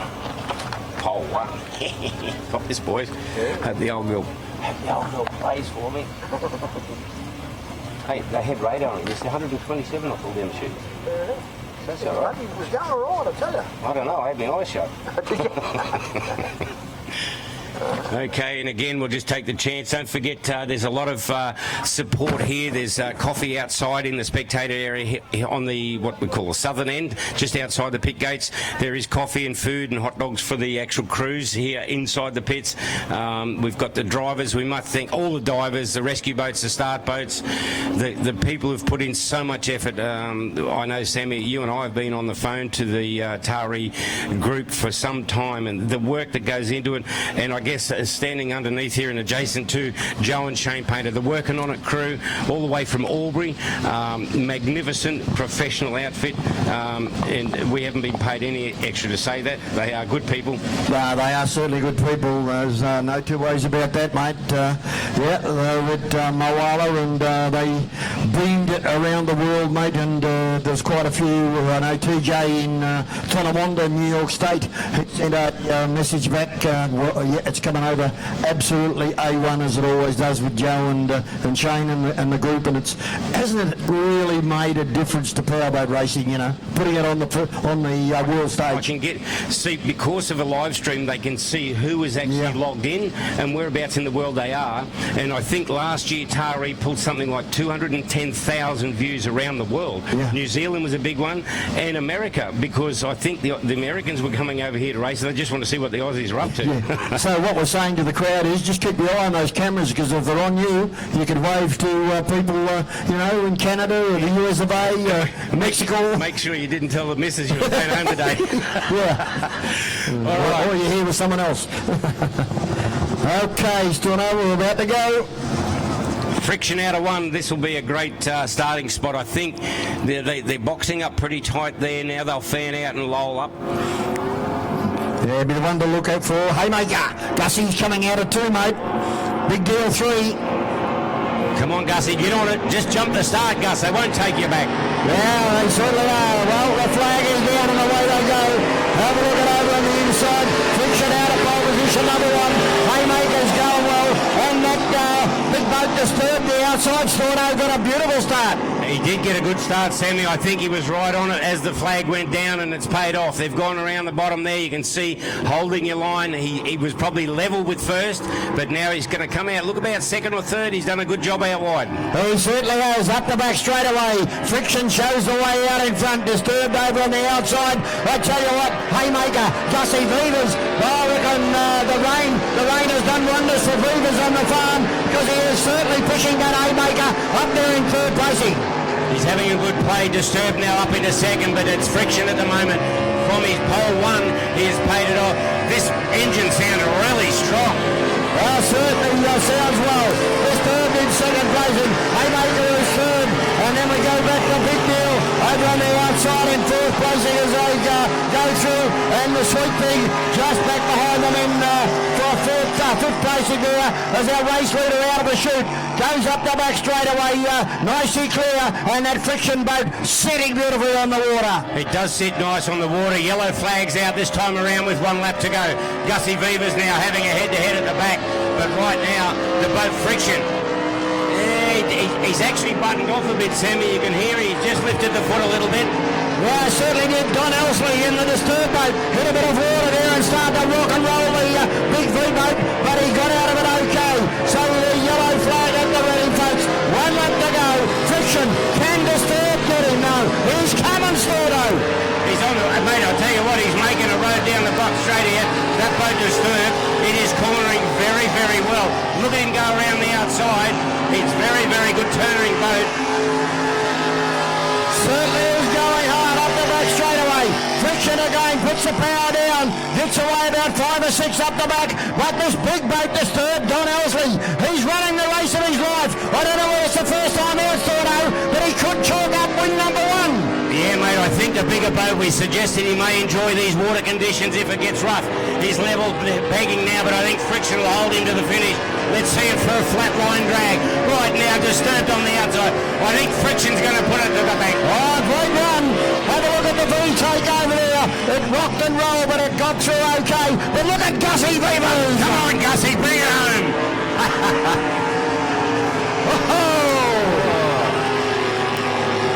That's a great time on the old farm tonight, mate. The rain is down. Oh, everything's going A1 for Gus and Haymaker. Just in advance of Big Deal back through the field and Sweet Thing. Yeah, Sweet Thing. Nice boat, sitting nice. I think just looking at the setup of the boat, he's been chasing obviously a really good setup, but he's not been chasing the speed. He's got a beautiful little boat there, but classed out a fraction just with horsepower. And talk about horsepower, I just want to make a special mention to Craig Storner. He had a problem last weekend at Windsor, and thanks to the crew on behalf of him, he got spat out of the boat, Sammy. He was buffed by another boat that came through. He spent the night in hospital, I think let out about midnight. Great to see you up and about, mate. This must be so hard to watch your class of boat out there without you, but we look forward to seeing you on a track very, very soon. Yeah, I believe it looked a very, very nasty one, but it's great news that he's up and about and A-OK. So, yeah, I certainly hope that, there's not too much damage to the boat. I don't know. Oh, the boat's, he cut it in half, mounted it at the bar. Oh, OK. Yeah, you wouldn't fix it. Yeah. It spat him out on hard water, and then it tended to sort of take itself for a drive up onto the river bank. Onto the bank, yeah. And it pulled the whole tuck of the boat out. I really don't think, and I'm pretty sure he was already considering a capsule boat anyway. Okay. So, yeah, I think that boat's going to be a nice bar ornament, like for a men's shed or thing. Yeah, well, that's the way to go. Maybe auction it off for a men's shed. Yeah. Alrighty, that was heat one of the Superstocks, and congratulations to all those Gussie Fevers. Hey, He had a double shot this morning up there at the drought breaker van. Okay, heat two about to join us, as we said, nutcases out of one. Tyrant's very quick boat out of two. 3 is Eliminator. 4 Juggernaut. 5 we have Quiver. I think our pick of one of the nicest turned out boats, Sammy, a beautiful boat. And then 6 Marine Line, the blue boat. He'll be on the outside in 6. Yeah, well, there it is, just going out onto the water, Storno. And as you said, I reckon it's one of the Bakewell boats, Solicit. Very, very quick boat.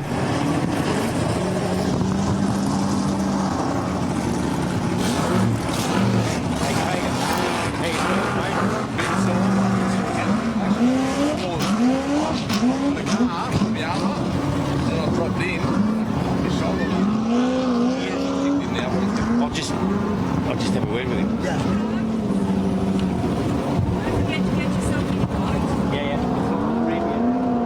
Okay, just while we're waiting for him to mill up, Sammy, I just mentioned the ill-fated run last weekend of the very fast and attractive boat it used to be called Have a Go. Craig, just joined us, Craig. So I got Craig. We're just saying you had a bit of a hard run last weekend at Windsor, but thanks to the rescue facilities and what at Windsor, you're here with us today, mate. And you just said, you're still a bit sore. Yeah, no, it was going really good. It was getting quick for this weekend, but I suppose these things happen. But the club did a great job, the safety crew. I think it was all over in 10 seconds by the time it happened to the diver got to me, so no, it was really good. They were quick. Mate, I took the liberty of just making up whatever I want, and I believe, and I suggested to Sammy over the air that you probably go capsule anyway. Well, I suppose the first thing is I've got to speak to my wife. So once I speak to her and we have a chat, we'll just get past all this and then we'll see what happens. So we're going to auction the old boat off for a men's shed somewhere, cut it in half and mount it on a wall? No, I don't know if I can let anyone have that boat. There's too much time and effort into that. It's our first race boat, so we'll see what happens with it. Awesome, Craig. Thanks for making the effort to get up here. This time last week, this time last week you were looking forward to coming to Taree. So last Sunday it all went pear-shaped for you, mate. But as again, congratulations to yourself, your family, and the divers and the rescue down at Windsor.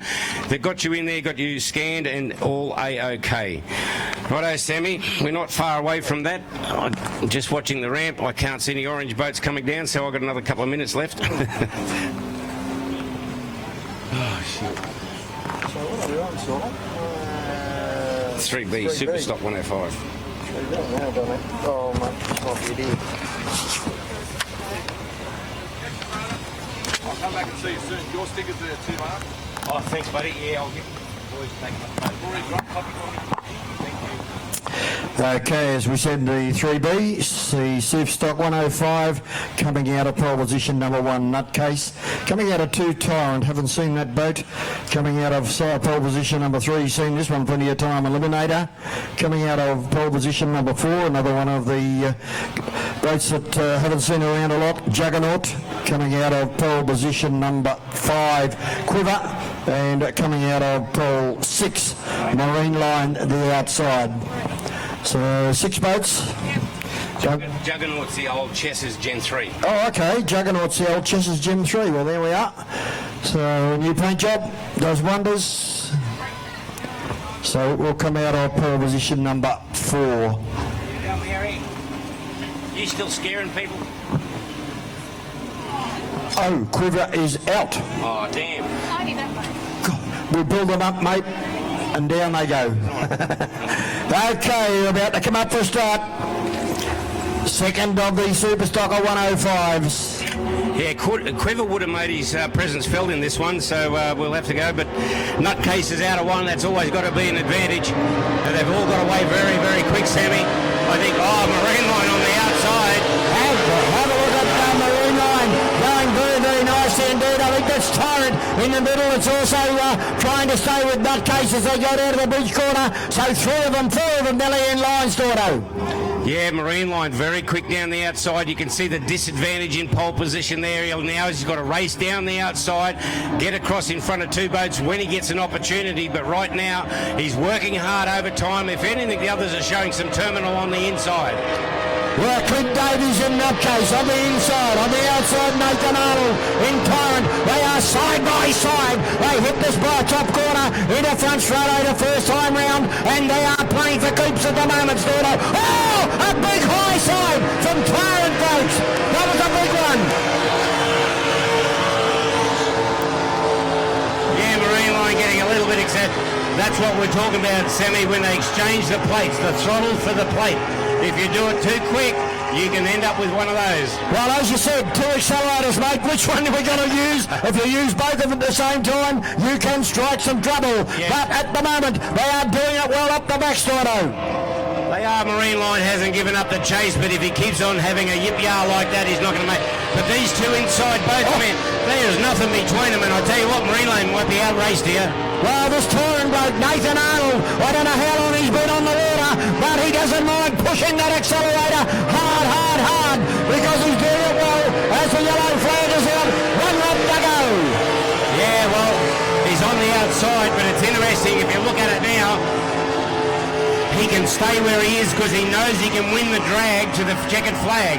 So he doesn't have to worry about moving over into line one now. If he stays where he is, he just proved to himself he can win the drag to the checkered flag from the lead-out boy. He certainly can. Clint Davies doing it well. Up the back straight away. Holding him out at the moment. Tyrant in second placing. That is Nathan Arnold. It is a racing two at the moment. Marine Line trying hard to get up on terms with him to have a drag to the line, Storno. But it looks like the two white boats for the run home. Can he win the drag this time? He won it last time. He gets a bit excited. I don't think he's going to get it. I don't think he is. Oh dear, oh dear. Great drive. Nutcase over the line first. It goes to Clint Davies ahead of the Tyrant boat, Nathan Arnold. Then further back in the field, going through is Dean Gerhardt in the Marine Line boat, back behind them. And further back in the field then was Peter Wilbur in Sweet King. And back behind him, Anthony Ned's Eliminator. Back through that field. But what a race in two. Or nearly in three with Marine Line. It was. Marine Line was, look, the terminal speed of all three of those boats was identical down to the first corner. Marine Line got excited up here. He blew it out. That's what we regularly refer to as if they get off the plates and get on it too quick, they will blow out. And that can be a bit, he may have pulled some revs, I don't know, but the boat's still under power. I think, Sammy, and I take nothing from the guys who placed first and second, had all those pole positions been reversed, I think Marine Line would have been hard to beat from one. But we'll see how they go as the day goes on, because we all get a chance of getting into pole one. I've been lucky enough, Sammy, guess what? 2 pole ones today. They must have got our check in the mail. But we'll see how they go. But Marine Line, a very good boat.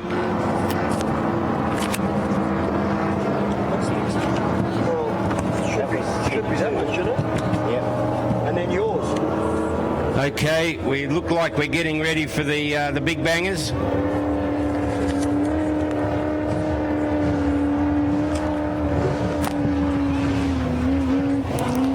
Yeah, looks like she's the culprit. Will come out of one, Dean Barry. I had to talk to him this morning at the motel, and he was quite happy. Yep, everything feels good. He's always happy before a race meeting. It's on Sunday you need to know if he's still happy. Yeah. I hope he is, because he's a great guy. He's been around for a while.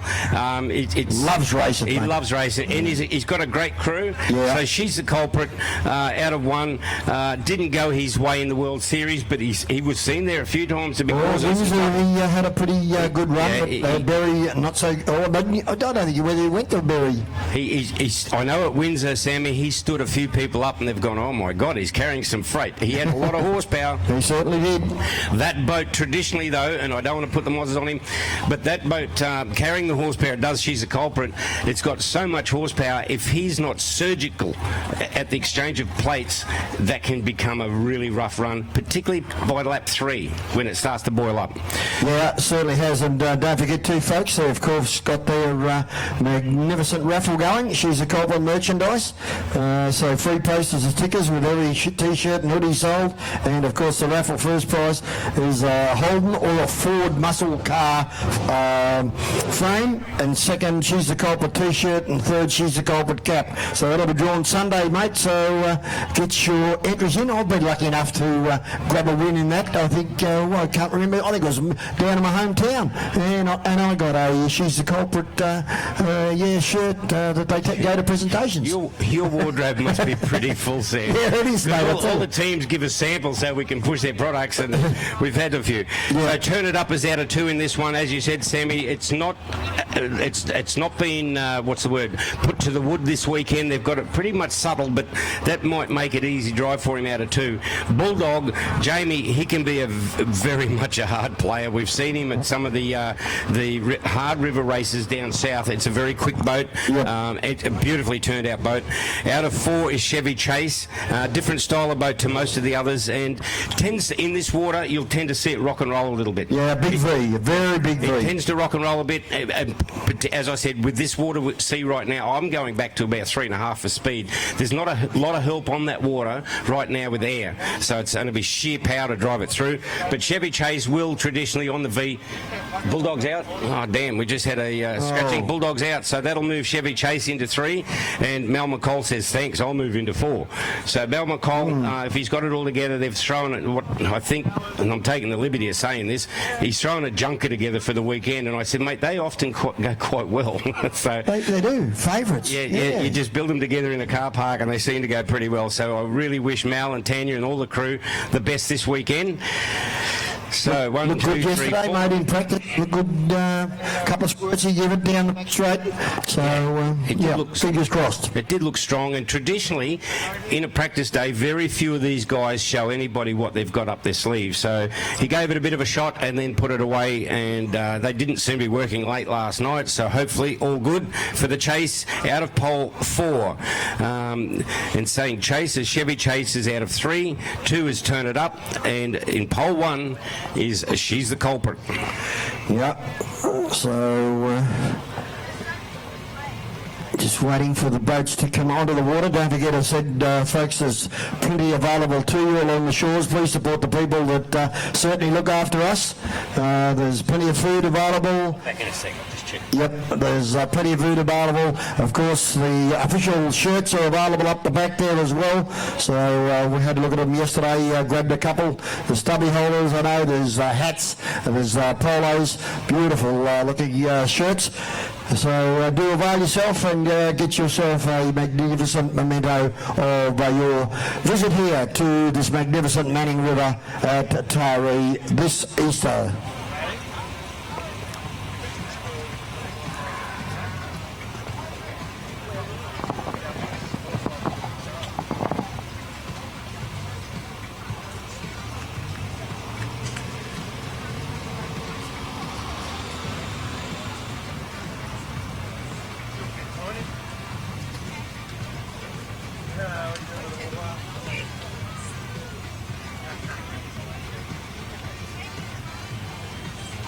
All good, Joe? Now. Hey? All is now. Oh, We're getting into the swing of it now. good girl. Don't start too early, just, build up. Tell Shane to, Shane's all good. all good, is he? Notice to all drivers, please. You need to be in your boat. All sailboat drivers and all drivers need to be in their boat while we're under way on the tractor, please. Thank you.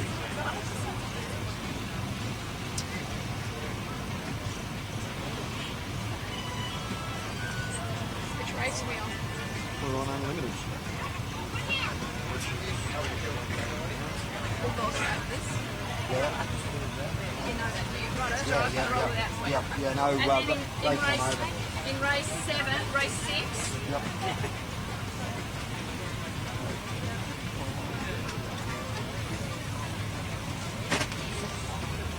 GP1 is out.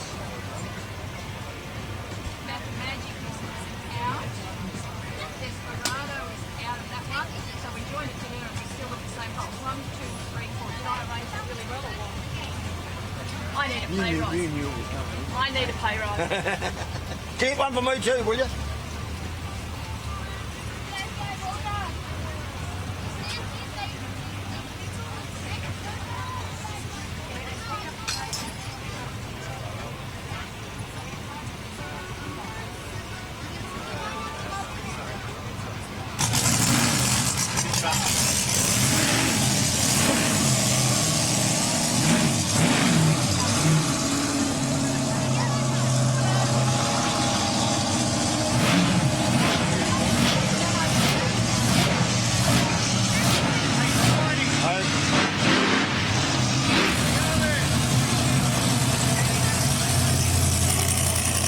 Okay, second of the turn it up boat, supercharged injected. Scotty Patterson, Dad gets out on the water. Mel McCall will chase the white boat. She's the culprit, Dean Barry the blue. Chevy Chase, Damon Turger, about to fire up. Unfortunately, Bulldog, Jamie McCutcheon is out.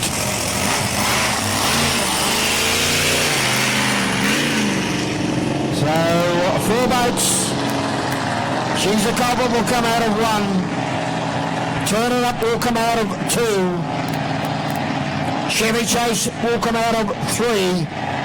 The Chase will come out of 4.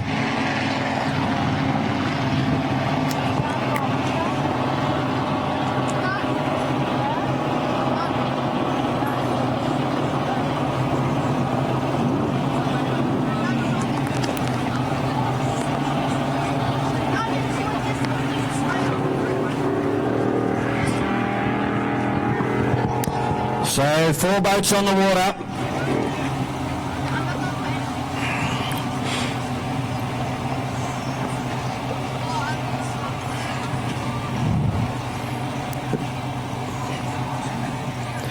Stordo kept saying water conditions probably a little too good at the moment. Very, very flat. Good for a flat bottom or a drag boat, I'd say. But these boats with the shallow V now, 4 degree, 5 degree, but Chevy Chase a very big V on the bottom of the boat, one of the older style boats, but was quite successful on the big lakes like Lake Moala, out at Menindee Lakes at Broken Hill. Certainly utilised that big V, but now with the lighter and more sophistication of the makings of boats, they tend to go to a very shallow V in the boat. So we'll just have to see with Dean Barry and She's the Culprit, the 21-foot Charles play. It will come out of pole position number 1.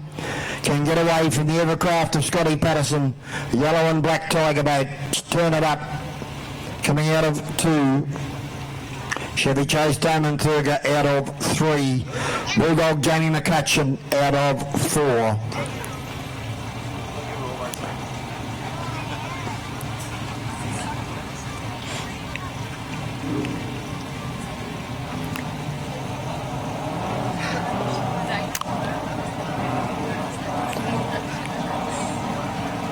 So I just said Bulldog out of 4, but in fact Bulldog is out. It is the Chase out of 4, Mel McCall.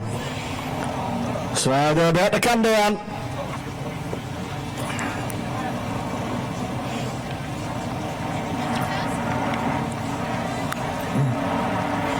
They will be using not much cab plate, I would say. With the water conditions the way it is, they'll be sitting them right on the tail. Listen to those motors. It's like a tiger in the tank. They'll be saying, let them loose. Well, they're about to do that. Flag is about to drop. Ready. Go, go.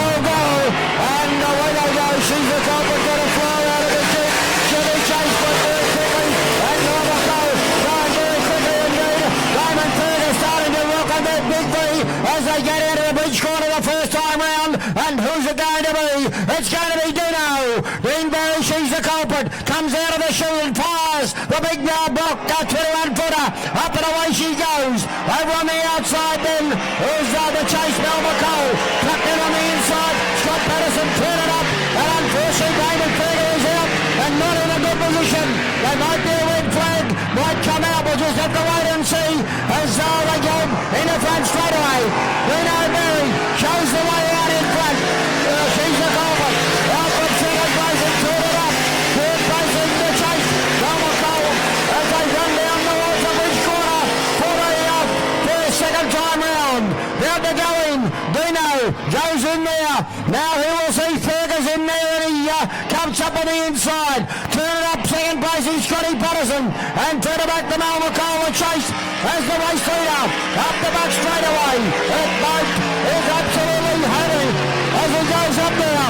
Scott Patterson in the little 18-foot car. Evercraft up in the second placing. And Mel McCall, the chase back there in third as they come past the tower. Yellow flag is out. One left to go. And she's the culprit showing the way. Second place and turn it up. Third place in Mel McCall in the chase as they go to the bridge quarter for the last time. Pato looks as if he might have gotten the power off. He looks as if he is out also. Turn it up. So Scotty Patterson having a problem. I don't know whether he's pulling that boat up or trying to pull up. But he's gone to the inside, and now he's gone off the course, hopefully out of the road. But Bindo about to come down. May have lost series, Scott Patterson, as the race leader in the front straight away. The checkered flag going to go to Dean Barry. Goes through and she's the culprit. So a very, very good win. So Dino through first. Second home, Mel McCall in the chase with unfortunately Chevy Chase and also Turn It Up failing to complete the course.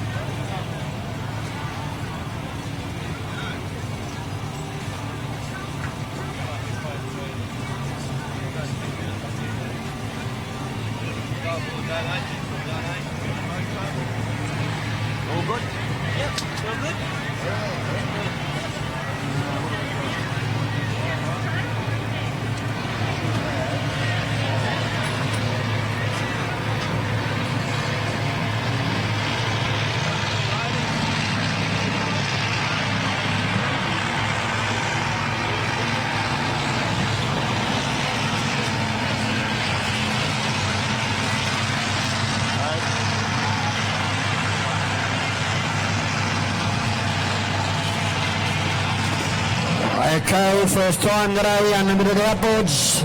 Boats coming out onto the water. Coming out of pole position number 1. My co-commentator, Mark Staunton, in the drought breaker. Coming out of pole position number 2, 117 Motorsport, Kai Cannell. Coming out of pole position number 3, Blue Water Trailers, Warren Golding. Coming out of pole position number 4, Octane Racing, Matty Peck. Coming out of pole position number 5, GBR, Greg Banks. Coming out of pole position number 6, unfortunately, will be a non-starter, Dave Minton, Speed and Leisure. Unfortunately, smoked the motor yesterday, so that was bad luck for Minto.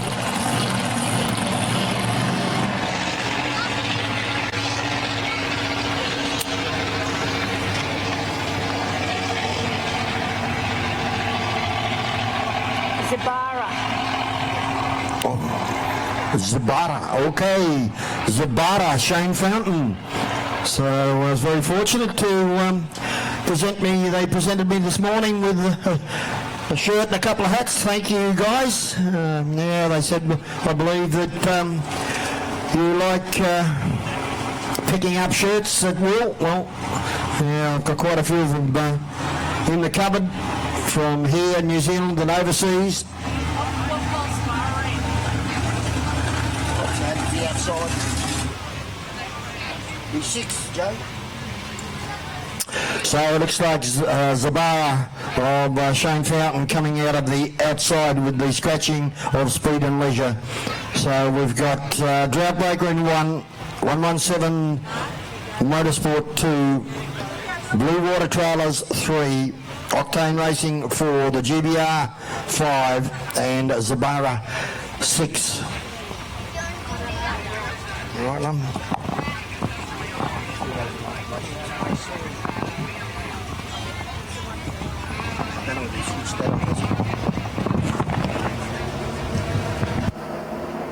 You're right now.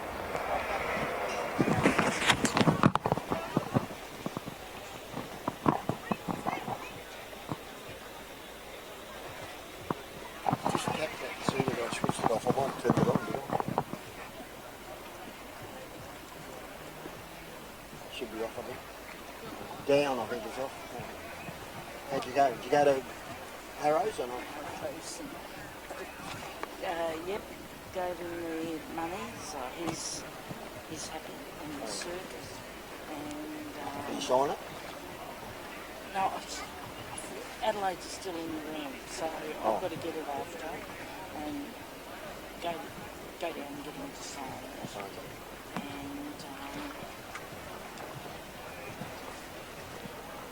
Did you put that other... You take that other one home which one, darling? yesterday? Which one?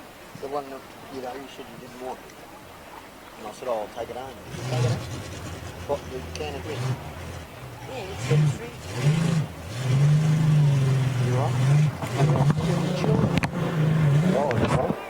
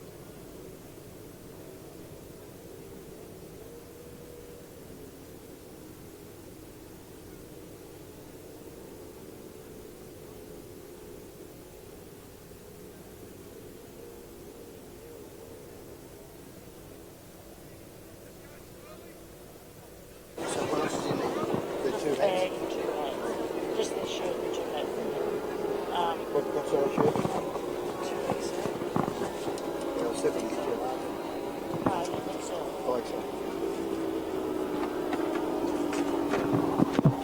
I'm on just that.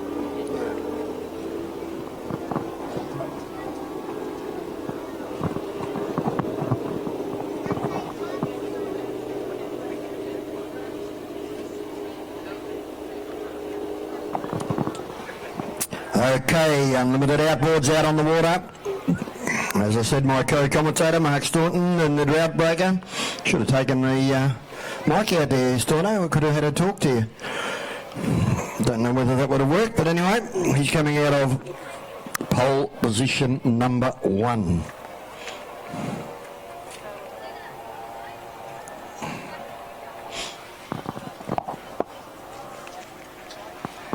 So they're about to come down. Kai Connellan, the 117 Motorsport, Blue Water Trailers, Warren Golding, GBR, Greg Banks, back on the circuit, Octane Racing, Matty Peck, and Zabara, Shaney Fountain, they're outside, about to go.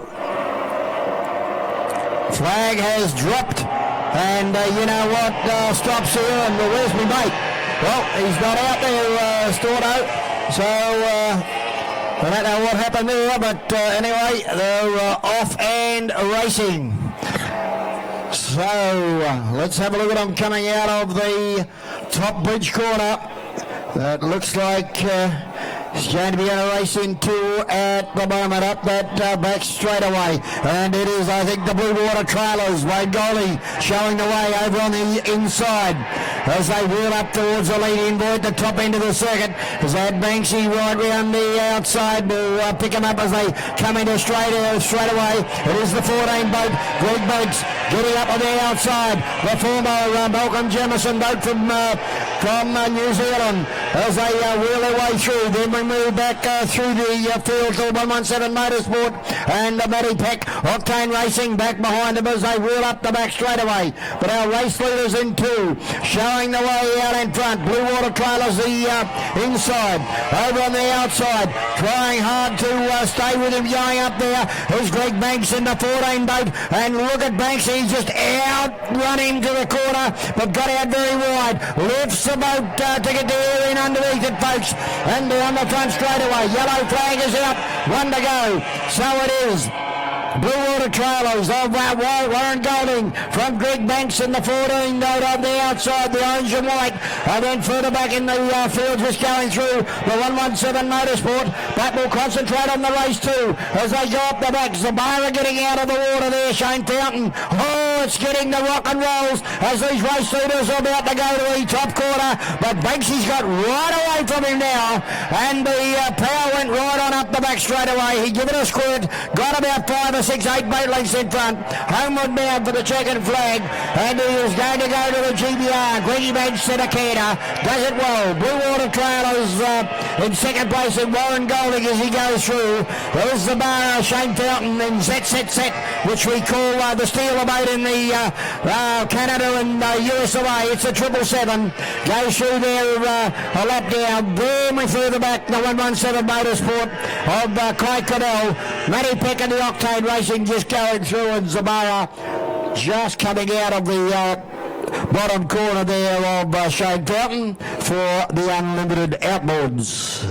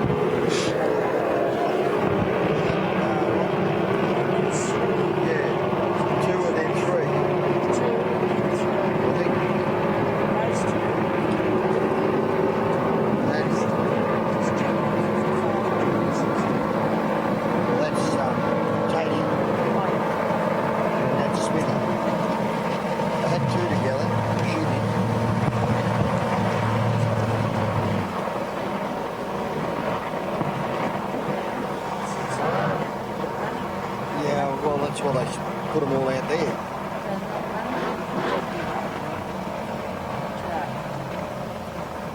Yeah, it's running now. It wasn't running, now it's running. I don't know what happened. And neither was Desperado. Father and son are having blue.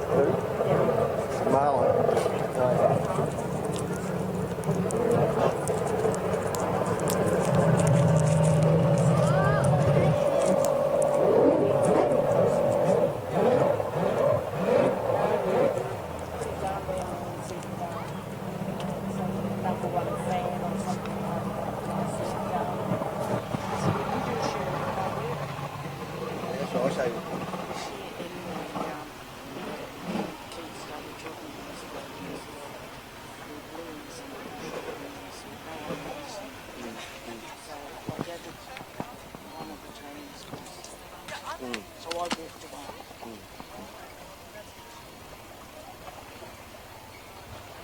Well, Tady's on the water.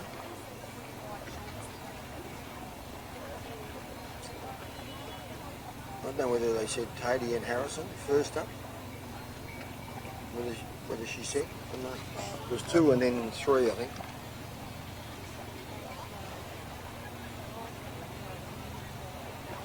That, Yeah, there was. that, There's 2 and 3. I think that, and I reckon that, and that, and then that. No, I reckon GP60 was definitely in the first one. Was he? Well, it must be 50. Exquisite 1. 2 and in there. 2. 3. Go in your ball. You guys are ready in your boat. In the track.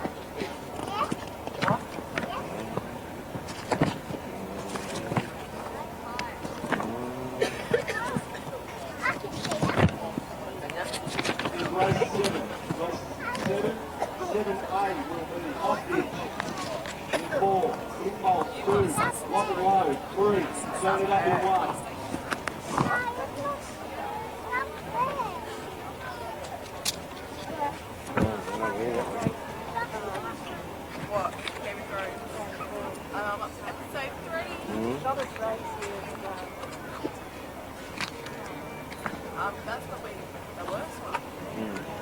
He's old.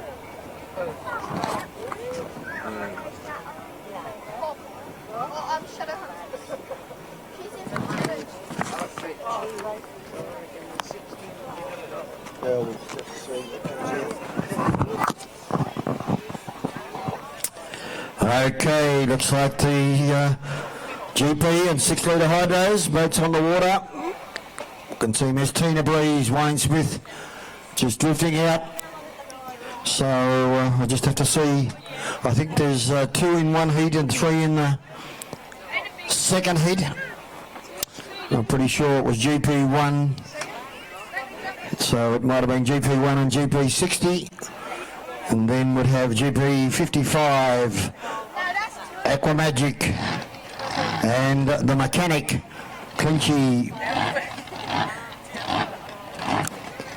So there's Wayne Smith about to fire up. Had a brilliant run at Lake Mawala in the Mawala Water Ski Club Gold Cup.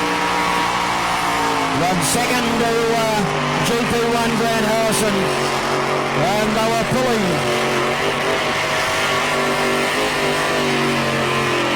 Trying to get the boat up on the plane. They were pulling 155 plus down the back straightaway at Lake Mawala. Absolutely unbelievable to see the 2 big hydroplanes. Righto, Tady is going out, so the GP55 boat is out there. So we've got GP55, GP60. So high tension, back on the water after a long layoff from James Tate. For, of course, Dad, Peter Tate, and, of course, Chris Whalen's got a lot to do with it, and now Stordo's back. Somebody take the chair. High chair. High chair.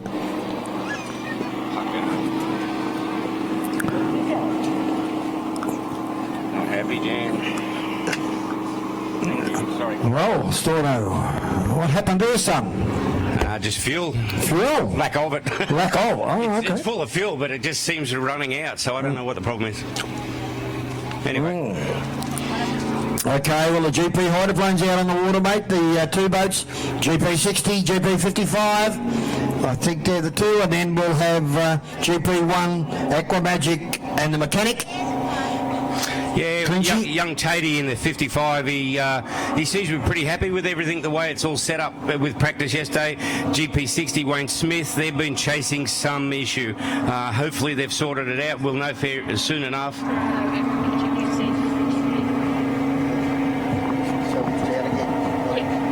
So yeah, the two big guns there, they're the ones to watch for. There's been a few cancellations. Desperado, unfortunately, it's unusual for Desperado to be out of this one by the look of it. But won't be long. Watch the big yellow boat. He showed brilliant signs, as we said. The last time we saw him in the boat, he got second in the world down at Yarrawonga, and that was a long time ago. Yeah, certainly was. So we've got GP60, GP55, and then the Mechanic. Desperado and Aquamagic, that's the 36 litres. We're about to go, those Stordo, big waters. And James Tate over the outside. Wayne Smith and this two to breeze the inside as they hit towards Bridge Corner. Yeah, Wayne's boat sounds not happy at all. That's the inside boat there. You can hear it. It's just not a happy camper. On the outside, here comes the young man. Have a go at it down the outside, Sammy. Man, he's got no fuel problems. No, he certainly hasn't. James Tate, as he fires the big high tension up, and as you said, Smithy just not sounding at all like what it might be overfueling a little bit as they come in the front straight away. But the big boys are out with their big toy Stordos. That's my young man.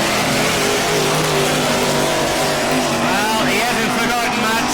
Much better water than last time we saw him run it, and he's enjoying this one. Wayne Smith, he'd be kicking the throttle. Come on, old girl, come good. You can hear it. It's just misfiring, Sammy. He's on the juice late. Tatey's got it very quick on the outside. Yeah, he certainly has. As I said, the big boys with their big toys. Oh, look at Smithy. He's got it fired up now as he goes up to the top corner, Stordo, and GP60 missed 10 of these. Tatey got off it on the outside. He's back on it again now. They're having a race here with one lap to go.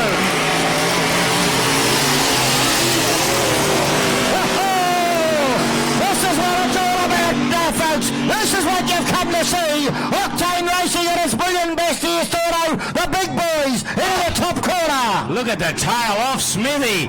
And tell you what, Tatey's been off the throttle. What's he going to do up the back? Here he comes. The young man. The young... Oh, hang on, he's off it again. I don't know if he's carrying a problem, Sammy. I don't know, but Wayne Smith fires up this 2 degrees in the top corner. Have a look at the rollers, Stordo. They're big. Here he comes. Come on, young man. Can you punch it through? Oh, Wayne Smith's got a problem. Oh, they're both working overtime. Looks like Tatey's going to get it.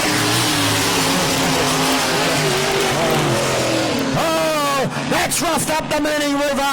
I don't think there was, I reckon Scared has gone out to sea now, Stordo. Welcome to boat racing. Oh, boy, look at those rollers out there, mate. Awesome drive there. I think Tatey, he was saving some gear out there. Wayne Smith was having to overdrive the boat because it sounded from here, Sammy, as most of the spectators could have heard, it wasn't giving him the full 8. It was just not happy in the Maggie. So, but he's driving it to the finish. That's good news. I mean, in other words, it's fixable. Tatey, what are we going to... He didn't get too aggressive out there. He was playing all he had to play.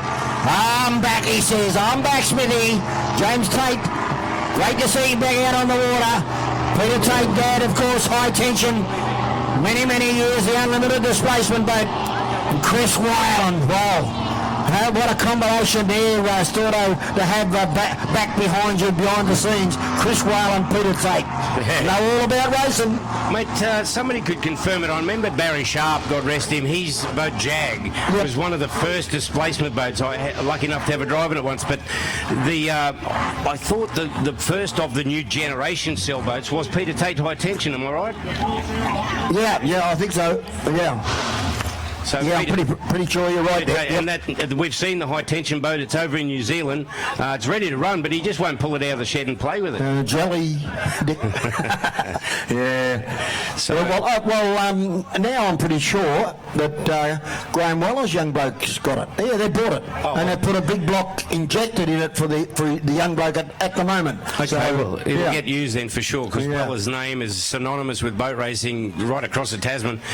And we mentioned, ladies and gentlemen, earlier on, there's a boat sitting on the water near the ramp area, and it's called the Mechanic. That is, as far as, and nobody's corrected me, it is the only duo prop racing on the world, anywhere in the world. It's got two propellers on the back of the shaft. One spins left, one spins right. This is a very fast and efficient thing. It was the dream of John Clinch. Well, I was going to say, how long ago did he dream this up? It was quite a few years. Yes, this dream that's becoming a reality was conceived probably 25 years ago. And I saw it at Windsor and I went, wow, it stood up, and it was to be counted yesterday in practice. Fantastic. So we don't want to put the mozzers on him. Michael Clinch, mate, we wish you the best with the Mechanic. As I said, if you get a chance in the pits later on and you're not drinking, smoking, and you've got covered shoes, get in there. This thing has got two propellers on the same shaft. It couldn't be, I think there's a shaft within the shaft, whatever. One prop spins left, one prop spins right, and I don't know which is the forward prop, but it's quick and efficient, you know. So the second prop's catching the wastage from the first. Anyway, he's about to fire up the Mechanic. It's a Formula One style boat with the big engine in there, and yeah, it can be. It's got the enjoyment of having torque and speed, plus it's got the cornering ability. Yeah. There's Aqua Magic firing up for Steve Scott. So he goes out onto the water. Clinch is out there in the Mechanic, waiting for... Is that Desperado, is it? There's a yellow Hydro just left the airport up there. Well, we've got him as a non-starter, but... Better not tell him now, then. Yeah.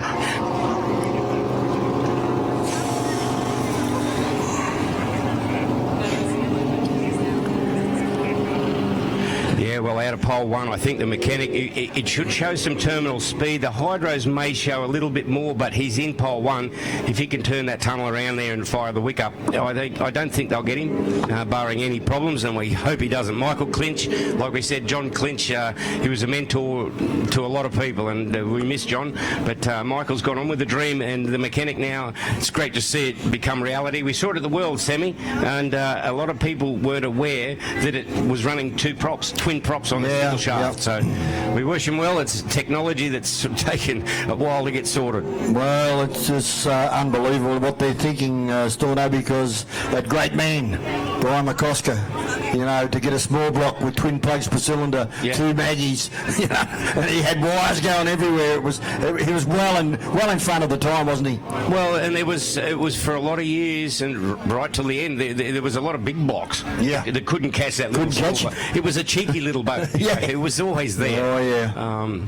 And he carried the freight on that boat very, very well. And actually, we talk about that. If you're in the spectator area, at the north end of the spectator here, right next to the pits, is the Liberty boat. Oh, fair dinkum. Right behind us. Yeah, and the drag boats are there too as well. Drag boats are there, but that's Brian's child's play. Yeah. That was the one that, following the unfortunate demise of Brian here at Taree, that's the boat with a lot of people put a lot of time and effort into it. And that is the Liberty. And righto, this will be interesting to see as the acceleration of the Mechanic with duo prop in action. We'll see how he goes up against the Hydroplanes.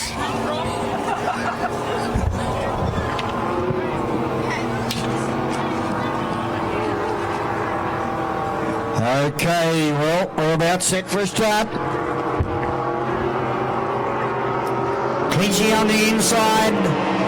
Liam Holland and the 6 litre Desperado. Aquamagic and away they go, folks.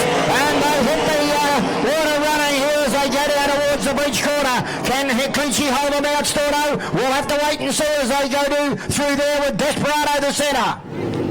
Well, he's got his own there and he's held well, but I think they're showing a little bit more freight. We'll see how he goes, but he's on the juice now. Look at the two props working. He's got some mid-strength speed. If he can hold his pole, he'll keep this one. He certainly has. So Michael Clinch up towards the leading boy, top end of the circuit. Here's Liam Holland going in.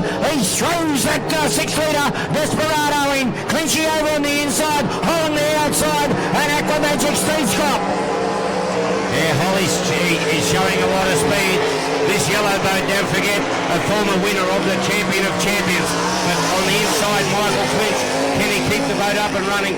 Sooner or later, it's going to start to boil up, and that'll cost that tunnel boat a little bit. And Mick will have to start looking for some ironing wood. But right now, you can see when the twin props start working, mid-straight, he's very quick, Sam. Oh, he certainly is very, very quick. I was very fortunate to be over in Valleyfield and Tonawanda, the New York State, and they had 43 of these 6 litre hydros like this Desperado, formerly owned by Marty and Elizabeth Wolf. And I think Elizabeth drove this boat, Desperado, brilliant 6 litre boat. So here it is, rocking and rolling. There's no troubles here though, as it goes from one sponsor to the other, Storno, down the front runway, bridge corner once again. Clinchy is trying hard. He is, mate. Holland's loose as a goose on the outside. It looks very, very loose as he runs it down the front straightaway here. And because the water has got no direction, there's starting to become moguls out there, and that's causing them a little bit of rough water. But I tell you what, young Holland, that's what they do over in the States. One sponsor to the other. Like as if they're trying to get maximum speed out of these sponsors into the top corner the last time. Homeward bound, checkered flag, Storno. Yeah, good run there by both these front runners, but young Holland, man, throw caution to the wind. Wow. That was a good run. Very enjoyable to watch that. Yeah, great run. Aquamagic Steve Scott hit a bit of hard water at the top end, pushes it out way out into the nice clean water, and he'll go through there in third placing in the 33 boat. Yeah, just it sounds to be just down short on the horsepower stakes, but a good run off there. I think as the race progressed, it just started to boil up a bit for Clinchy. I'll make no excuses, but the Hydroplanes, the rougher the better for them, and the KT not enjoying it. But its mid-straight was very, very quick indeed. I look forward to seeing him. As we said, it's a work in progress. It has been for 25 years, but it's getting there. It's getting there. Yeah, well, there we are, folks. Hydroplane racing at its best here on the Manning River.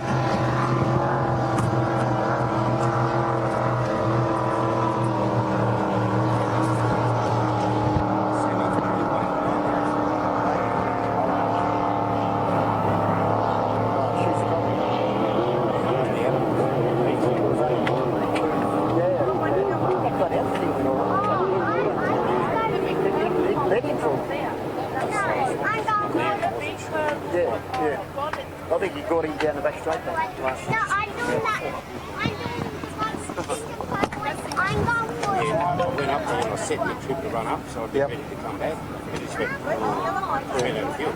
So we've got That yellow one. these, haven't we?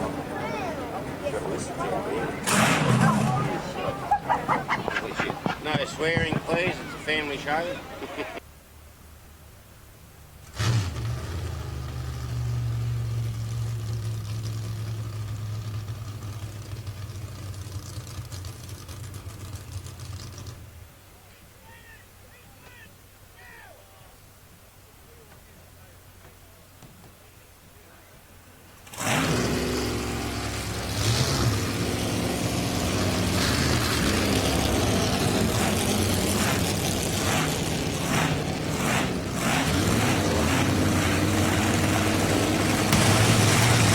Okay, round two, Sammy, round two. So, out of one. Explicit's out of one. Out of two is Too Addicted, 3 Shenanigans, and 4 Joe Jr. Oh, Storno, you're talking over a supercharged injected scoreboard. It's like being in a surround sound here.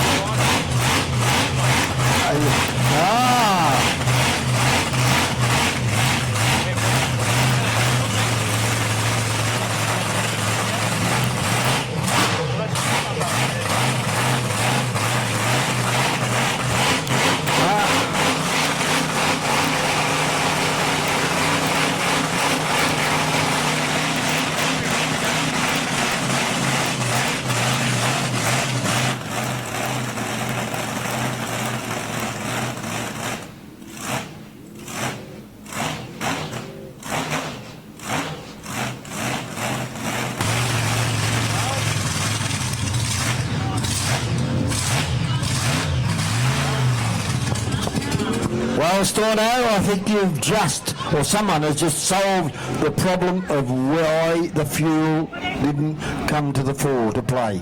I was right. It was running out of fuel. The tanks actually rolled to the side and it pinched the fuel line. So, yeah, thanks to Dave Mitten from Speed and Leisure in Sydney. He's just fixed it. He come up and was happy to... He said it was your fault too. It was my fault. So that means it's great. That's good. Normally, if you run a two-stroke out of fuel at high revs, which is where they get the lube, you can do damage. Hopefully we didn't, and we'll be back later on. But I've lost pole 1 now. I'm back at pole 6. Oh, jeepers. We'll see how we go later on anyway. Okay, well, we've got the Griffith Boat Club Trophy Race.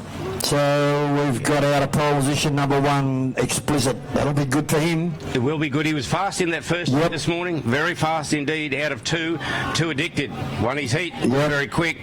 Out of 3, he's got the man himself. Shenanigans. He hasn't got in there yet. There's no shenanigans in that boat. No. But as you mentioned earlier on, and I wasn't aware of it, they're down about 7 or 70 horsepower. Yeah. That was the difference of his first run, I believe. And coming out of pole position number 4, Walmsley and Joey Jr. Yeah. First heat. Didn't look brilliantly quick this morning. May come in, obviously done some changes in between races, so hopefully Joe Jr. on its day can be a very, very fast contender. So we'll know who's done the right homework very soon. Yeah, well, we're about to go. This is heat 1 of the Griffith Boat Club Trophy Race. 4 laps too for the 6 litres, Toto. That's a big haul. Yep. A big haul. 4 laps on the wood. The air's just coming up on the water now. Be back a bit quicker now, particularly up the back chute. Hammers down, Explicit's gone. Have a go at Joe Jr. Man, Now, Joey Jr. got a flyer out of the chute, but have a look at the 3 inside, and they are over on the inside. Hernie and Explicit, the centre, Michael Johnson, 2 Addicted. Shenanigans!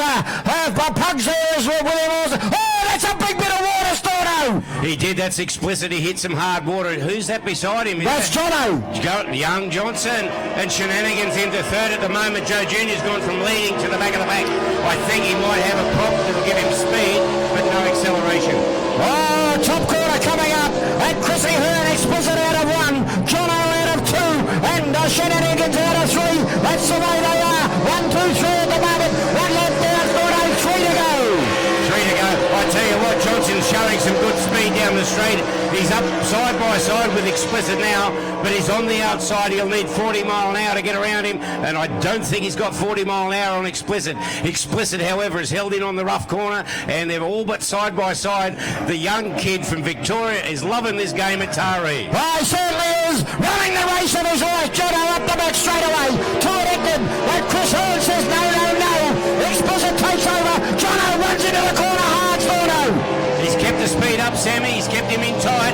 I tell you what, whoever can get the power down is going to get this one to the finish. Yellow flag out, 1 to go. I hate to pick it from here.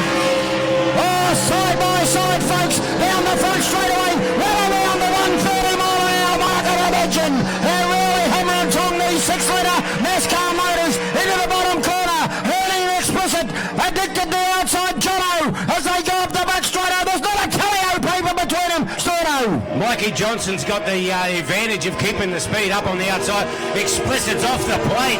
That boat is flying. He is... He's going to bounce into this last corner. Oh, he's kept it together but washed his speed off. Johnson's going to run him. Johnson's going to run him. Check it flag, Storno.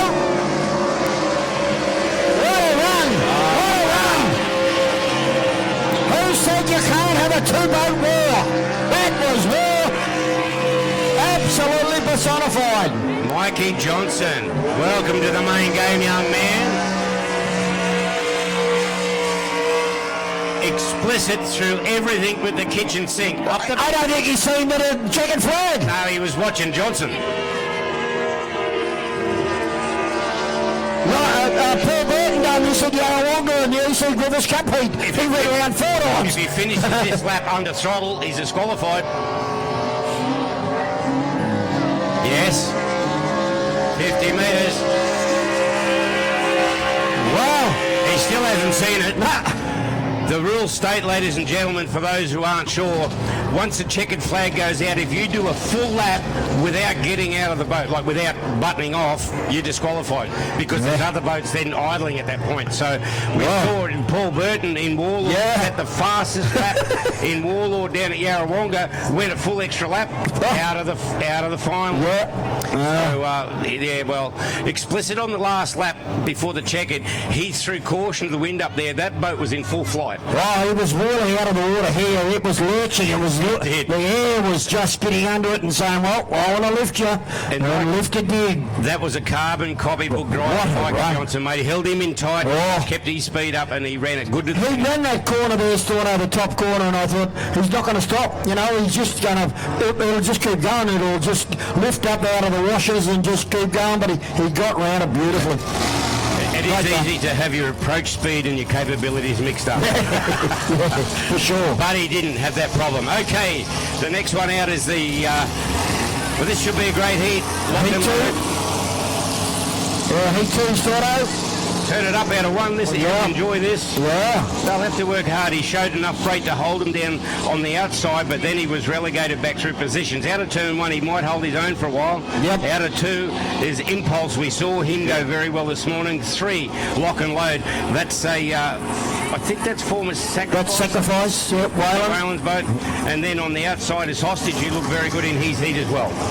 Yeah, well, this is another great heat for 6 litre. Heat 2 of the Griffith Boat Club Trophy Race. 4 laps for the 6 litre guys.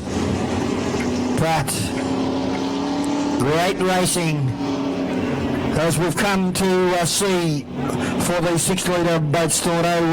You know, with the Trojan Series, they had something like 16 or 17 boats. I think down at Yarrawonga for the first heat of the Super 6 Series, they had 7, I think, down there.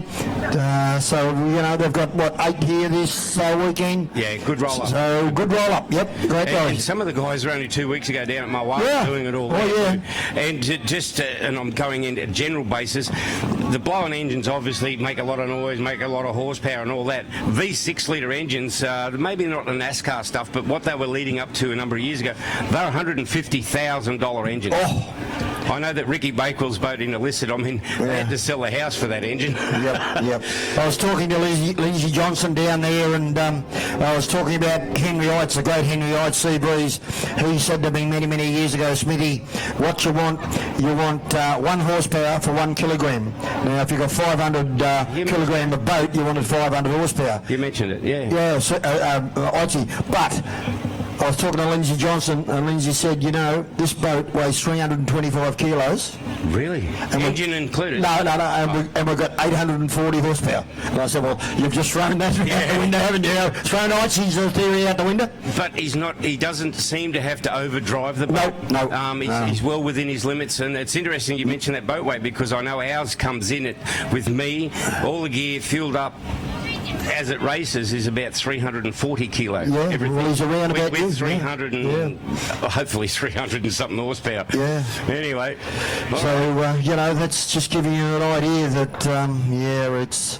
And testing these props, mate, well, I don't know whether he changed another one there, but it is absolutely now starting to, work its way into some pretty good fast speed. I think the way the poles fell in that first heat, I can't say he got it easy, but it worked his way. Yeah. He had to race for that position, and he raced it very smart. Yeah. It's a trap for young players out there, trust me. And a guy that as we acknowledge, has been in it for 12 months into the 6 litres. Yeah. That's extraordinary. Mind you, he's got some pretty good people in the pit area too. You know, like he's got a pretty good backstop. He's old man. I'd like to know half of what they've forgotten. Yeah, we might get him up here to have a talk a little bit later on if we can get him.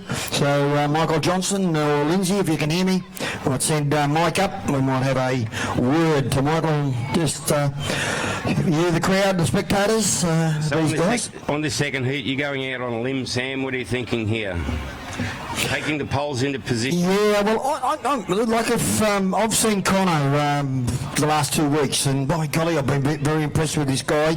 And the boat is going well. It's a brand new boat. Of course, the Turn It Up blown boat is the former bad influence boat of Quinny. So they went with a new boat for the 6 litre, and by golly, he's been driving this boat very, very well. But of course, you know, he's up against a pretty good campaigner in Ryan McIntosh. He's in pole 1, Yeah. brand new boat. He's a new driver to the sport, technically in 6 litre.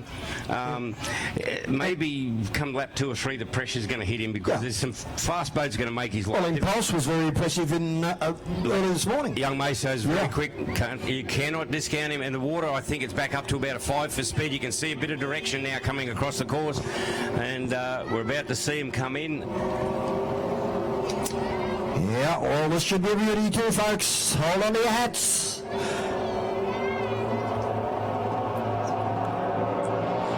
Oh, a little bit of lock and load got across towards Turn It Up. Turn It Up out of 2, Stordo. Yeah, lock and load had to get out of the throttle, and there you have it. They've swapped pole position. For some reason, Mason's taken 1, and Patterson's moved out to 2. Yeah, I don't know what happened there. I don't know if it was officially discussed, but they've swapped pole positions anyway. Yep. You normally can't change pole position unless you go to the far outside. Anyhow, Patterson's now in 1, and Impulse has gone outside, so they've righted their wrong, but it's all Impulse at the moment. That's a brilliant bit of speed. Lock and load was off the throttle when the flag went down. That cost him. But well, look at that, Stordo. Turn It Up. Right on the inside of Lock and Load. He hit every bit bar the kitchen sink there as Lock and Load went out Ryan McIntosh. So that gives you an indication, folks, that Connor Patterson is driving hard. He is driving hard. Yeah, the Turn It Up really hit a lot of hard water. They gave a little bit of an excitement moment for the Lock and Load boat on the outside. He's keeping the speed up. Patterson's knocked the pace off it just a bit. Look on the outside there. He's kept it up in Lock and Load, but young Mason is absolutely smoking the field in this one. Well, certainly is. Flags out. Well, Impulse is absolutely flying to the top corner once again. Turn It Up, Connor Patterson second. The Victorian, Lock and Load, Ryan McIntosh. Connor! Oh, Dad! What is this young fellow doing? Oh, he's having a ball, Sliggy. He's having a ball. Yeah, it's costing him. It's costing him. He's getting very aggressive in the corner, and he's paying the price. He needs to get a bit smoother around the boys. Now the bridge corner, the last sign. Connor Patterson, Lock and Load went via the Cape and allowed Turn It Up to get away from him. But Meso up the back straight away, Stordo. Got this one all parcelled up. Well, Mason pulled a bit of air up there in the Impulse. Now into a good clean second. We've got the Turn It Up boat. Is he going to put it to bed hard? I don't think. Oh, he has. Man, he puts that boat in hard. And Lock and Load, he's had a problem. Oh, no, get it together. What a run. What a run.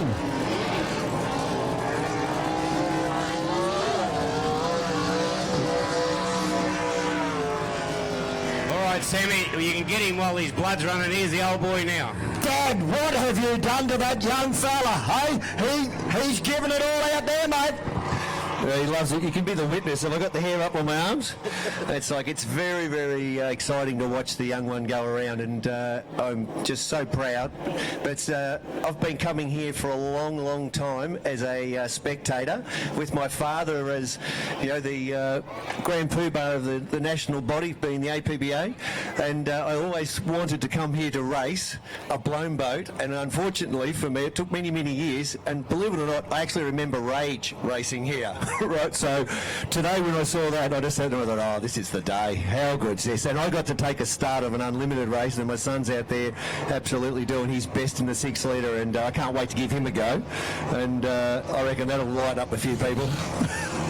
Mate, it takes a big financial strain, and also a lot of people for you to campaign 2 boats. You know, a 6 litre boat, and of course now you've got your blown boat. you absolutely had a ball out there against the bigger boats at Lake Marwala. Boy, oh boy. Yeah, that smile on your dial says it all. It does. It does. Like at Lake Marwala to see Connor racing around there with the hydros. There's actually a fabulous shot from the drone.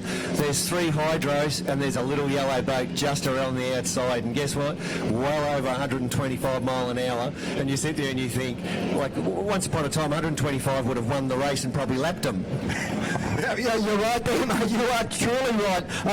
Mate, where do we go from here? What goes on? You've got your blown boat. Are you happy with the way it's progressing at the moment? I am happy. I didn't get to have a practice yesterday because on my way up here I stopped at Narendra to drop off my new blower for my new engine at the engine builders, which made me feel a bit tickled pink. And so by the time I got here, the most important thing was to get Connor out here and have a go because he hadn't been around before, and then instantly went around just exceptionally. And then from there onwards, I'm sort of second fiddle, to be honest. And of course, you've got a great guy with you, Daryl Quinn. Between the two of you, you've won a Marge Watson, and you're absolutely ecstatic with that. What's going on, Quinny? I've heard a little rumour. Is there anything you can tell us? Yeah, we're pushing for a 3-boat team, and everything's got to be bigger and better. And you just know you can never keep Quinny out of it, and he just loves it. And I've actually promised him a drive this weekend, so I've got to live up to my word, which I normally do. But I want to have a good crack at the unlimited one first. So I'll give that my best go. But Connor will be pretty thrilled about this. I wanted to make a propeller change. Then he says, "Dad, just let me drive the boat." I said, "Okay." Well, there we go, mate. And he's not only a racer, folks. This fellow puts money in. MSC Signs. They sponsor in a big way racing right round Australia, not only in Victoria where he comes from. So if you'd like some of that Storno, see the guy. He hasn't stopped smiling since he turned up here. I can take it off his face. Hey, Pato, how's your footy club going? Yeah. Who bags for Richmond? Who bags for Richmond in the AFL?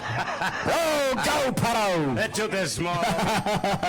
Hey, great guy. Great guy, Storno. Yeah, he is. Great family. The sport's better for having a family like that. Yeah. Well, what have we got out there now, mate? Well done, Scotty. On you, Scotty. Good boy, buddy. Good stuff. See you, mate. Good stuff, buddy. I saw Quiver go out, Sammy, so that's good. It was a scratching from earlier, and that must be the Superstocks 105s. Quiver would be one of those. So we'll look at the sheets and see how they go. I didn't see Gus Vivas go out yet, so he may be in the second. We'll have it confirmed for you. But if you've joined us anywhere around the world on the live stream, welcome to Taree. It's pretty much north-central New South Wales in Australia, and it's a great thing. We've got a lot of salt content. I think it's about a 68, maybe 80% salt at the moment. The rain they've had this week hasn't come down from the mountains, so we're still carrying a high salt content, which is giving a lot of the boats good rev. Yep. Well, I know a bloke, Davey Alexander in Annihilator, he loved Tauranga salt. Yes. The boat was just...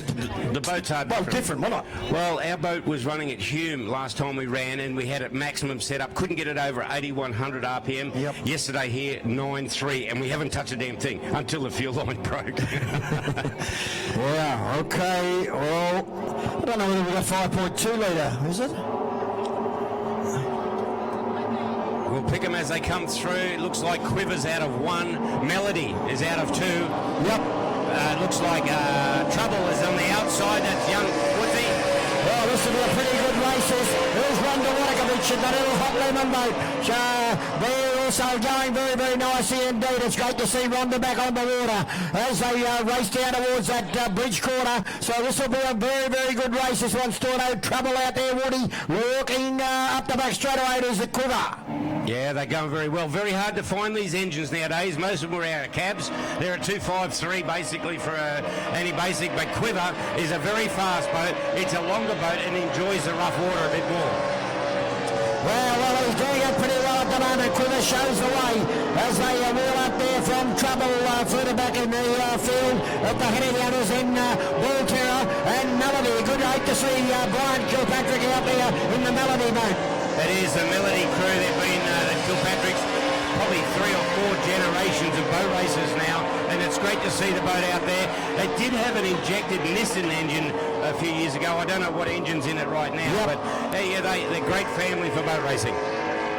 Oh, there's Hot Lemon just going past us there as Quiver goes up the back straight away. Nicely clear. That boat is a beautiful boat. Sits on the water well, Storno, and very capably driven. Beautifully turned out boat. I guess it's probably our pick of the boats this weekend for turnout. Everything that can be polished is polished, and it's obviously money well spent. Look at the thing. It's a magnificent boat, and it looks very easy to drive, Sam. Well, Woody at the moment just can't do anything about it as Adam lifts the boat high out of the water to get more air into that boat. Lifts boat in the water, more speed. Down they shoot towards the bridge end of the circuit. Volterra right back in the fourth turn. Melody jumping out of the water fourth, and then put it back to Hot Lemon fifth as the race leader up the back for the last time. Yeah, I'll have it confirmed, but I'm thinking that Melody is running trim off the steering wheel, the same as a one. I'll have it confirmed, but I just had a feeling they did. And let's not forget young Woodsy over the back there in the boat called Trouble. He is a former junior, so he came through from juniors. He went and raced in South Africa as a junior, and now he's up into this main game. He's one of the front runners in the 5 litre in Australia. Checkered flag is out and Quiver goes over the line. Very, very easy winner. Woody in second place again, the boat Trouble as he goes through. Then we move back through the field to Volterra. About to come out of the chute. Melody still jumping around. Look at that wash speed coming out of the back of it, Storno. Maybe a different prop selection, I don't know. But he's certainly squirting a lot of water out the back as he comes through. Yeah, the boat's set up. It just doesn't look real friendly for them. It's used to running in salt water. They come from the St George Motorboat Club down in Sydney, and that is obviously at Cogra Bay. They're saltwater, so they're saltwater runners. I'm surprised it didn't go a bit better for them, but maybe a hull set up. First run for the day. They've got some homework to do, and I'm sure they will. As Rhonda now brings the Hot Lemon boat around. Rhonda's been racing for a lot of years, and she just loves the sport. Up front, Quiver, that was a fantastic drive. As I said, it's a bit longer, the boat, enjoys rougher conditions a bit more. Woodsy's got his name in just about every trophy there is. He's won the Waggot and some of the big 5 litre trophies over the years. So it's good to see Woodsy out there. These guys, I think, are pushing their limits. They should be pretty much getting into cells at that speed. Melody, the only one out there in a reinforced cockpit. Okay, well, we've got a few more. Oh, looks like Bulldog's down on the water, so we've got a blow-in race coming up fairly soon by the look of that. Now, Bulldog pulled out of that unlimited race earlier on today, and we heard it fire up a minute ago, so they found hopefully what the issue was, resolved that, and they may even just be putting Bulldog out for a test run. I don't know, I'm only guessing, but he's on the water at the ramp, and he's in there, Jamie, and he's strapped in, helmets on, the whole gear. Most of the cockpits, for those who aren't aware, you're in a 5.3-inch harness. You're strapped in to the point you could hardly breathe. Most of the boats have now got oxygen feed into the helmet, as well as radio communication. So there's a bit of technology. I remember when they first started putting the radio in the boats, McCosker had a problem with the twin magnetos in Liberty. It was just caused so much of a frequency issue that the radios didn't work for them. But they've overcome that over the years and the technology. But it's a great thing for safety. If you're on the radio communication to your driver, you don't sit there and talk about last night and what are you going to do tonight and have for dinner. But if there's a red flag, you can go red flag, stop, because a lot of drivers at times may miss a flag, and it's easy to be critical from the bank. If you're in a boat and you're racing at well over 120 mile an hour, you really don't get too much of a chance to look around for a 1 metre square coloured piece of flag, rag. Basically somebody throwing a rag at you. And if you imagine looking down the bank here, the colours, particularly on the bank of all the clothing, and you've got a flag flying, it's easy to miss. So if you've got radio, they can go red flag, last lap or whatever, and it just does make life a bit easier. Yeah, it certainly does. Anyway, yeah, I'd say you're right, Bulldog might be going out for a test run. I've got in our book the Viper 5s. Of Jamie McCutcheon. This boat, Sammy, you'll agree with me, out of the box, like, it's not been around for more than probably 18 months, this boat, I believe. But out of the box, it was fast. It came out of the box. It stood us up at Dargle when we went, what's this? And he just went out there and showed great terminal speed, and he's gotten to terms with it. He can be a very neat and good clean driver. Oh yeah, in that US of A, Australian Challenge, as you said, the boats that I was very, very impressed with, the likes of Bulldog, Convict, Young Lath. Yeah. Lath is about 4.5 kilos ringing wet. I don't know. And Toxic, there's another one. Oh, yep. 3 of them. But not much of him. He's a tiny little bloke. He's come through from juniors into the 105s, and he's gone into the blow-on boat. And again, he's one of those boats that have really probably paid the price for the World Series, and he's spent a lot of money on it. Toxic not here this weekend, but is normally very fast and particularly furious. He doesn't lean on it with engines. He's underpowered, if anything, but he just drives it very, very methodically. So yeah, certainly does. So we'll just might have a look at this fellow, Bulldog, Jamie McCutcheon. Traditionally, Sammy, as we mentioned,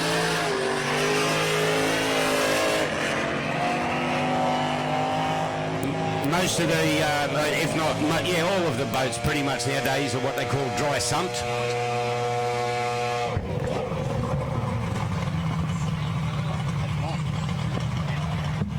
Mine's going. Yeah, most of the boats nowadays are dry sumped, which means the oil goes into a separate tank.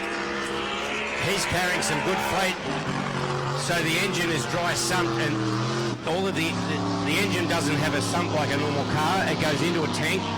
What they do in the pits, they plug it into a generator, and there's a heater element in there, and that heats the oil up. So when they go out there, it's already up to temperature. Yep.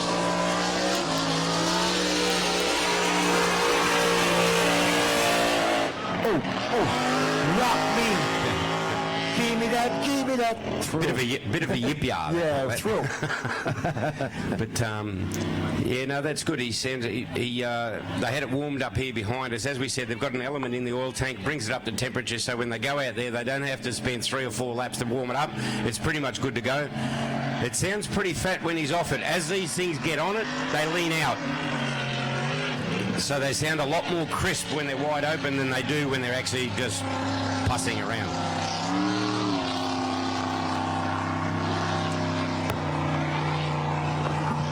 So don't forget, ladies and gentlemen, avail yourself to some of the services here this weekend outside the pit area here in the spectator area. There's some beautiful coffee up there. Support the people that have come in to make your life more enjoyable. In the pit area, I think there's coffee drought breaker. Go and talk to Leanne. Grab yourself a hot dog or some Saxby soft drinks. Saxby's manufactured here at Taree. They're a great sponsor, so really if you get a choice of a Coke or whatever, go and buy a Saxby's. Look after the people who look after the sport. It would be great. Okay, so Jamie'd have to be fairly happy with the Bulldog run there. The green flag's out, so we should see him turn around fairly soon and send some boats out. But having said that, nothing on the ramp yet. So who wants to drive? There's some empty boats up in the pits. Jump up here, we'll throw you in a boat. Yeah, okay, just talking here. We might see if we can get Grant Harrison down, Storno.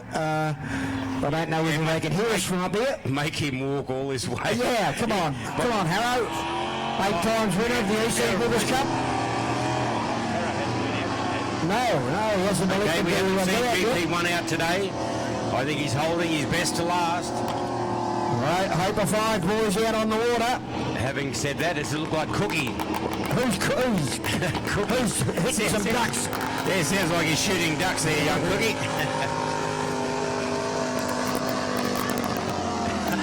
Wow. Everybody's looking up at these birds. These birds don't know. Cookie's monster! The birds don't know whether to duck or dive up here. Yeah. Anyway, I was going to put an umbrella over his cell yesterday afternoon because it looked like it was going to rain. I said, mate, I forgot to put an umbrella. He said, what? Who cares, Storno? It gets wet anyway. He doesn't bother. But great guy, Cookie. We spoke to him earlier on and we'll talk to him again. But we haven't seen GP1 out there. He is not the dark horse. Everybody's got a certain expectation of this. He has won the World Championships. He has won the EC Griffith Cup, as you said, 8 times. It's great to see Keith here. And Grant has inherited inherited the whole deal from Keith, his dad, who was a very smart operator and ran Desert Rat for many years too, you know. So, Yeah, called it the Rat. yeah, and then he had Spellbound, the twin turbocharged Whisperer. GP 101. Yep, 101, and Got a nasty one here. yep. Yeah, so yeah, he's done it all, but and a big birthday this year coming up for him too, Grant Harrison. Is he 70, Grant? Is he? No. I remember Halfway up the hill. one night down in Melbourne after a big race meeting, the Harrison crew grabbed young Jack Lupton and took off. And I said to Warwick Lupton, I said, they've just abducted your son. And he said, they'll be sorry. Anyhow, Jack turned up the next morning. Harrow's team was wiped out. But young Jack. Anyway, for all of our viewers, as we said, joining us from over the Tasman, we'll get some lists fairly soon as to who's listening in on us, but and watching. But I know the New Zealanders quite regularly tap in and find out what's going on. To Jack, all of the crew over there, and Kenny, David, Warwick, all the crew, great to have you on board. And to the Queenslanders who didn't make it here, Leif Brown, the convict, mate, hope you're having a great day. We miss your presence down here. Brent Lewis, as we said, won the World Series. Good on you, Brent. We miss you here, but yeah, you better do some homework, mate. Everybody else is just stepping up to the plate. Yeah, they certainly are. And the Steeler crew from Canada, US of A, of course, headed by Huey Newport and that great man, Tom Snyder. And, of course, Bertie Henderson, who drives the boat. And Big Mike, Little Mike, Mike Giblin and Mike Andres and Terry. Mike is the engine builder. So, yeah, I was very, very lucky to be staying there. You keep mentioning the Canadians, so you'll get another airfare. They'll ring you up shortly. Good on you, Sam. Okay, it looks like, is it Paul Vella's gone to the outside on this one? He had a problem earlier on. I'll try and pick him as they come through, but he was one that we put the Mozzers on before. Yeah, he's on the outside, Paul. Okay, 3 boats, mate. Where's Cookie?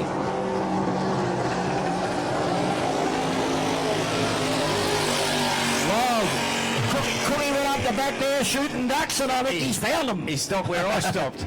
Okay, Cookie's out of this one, and we saw the yellow boat take out the Heat 1 this morning, and we'll just see if Paul Vella's done the homework. He's in the red boat as the last one into that corner as we see him going around. Traditionally, will step up to the plate, this boat. You can see the freight he carries out of that corner.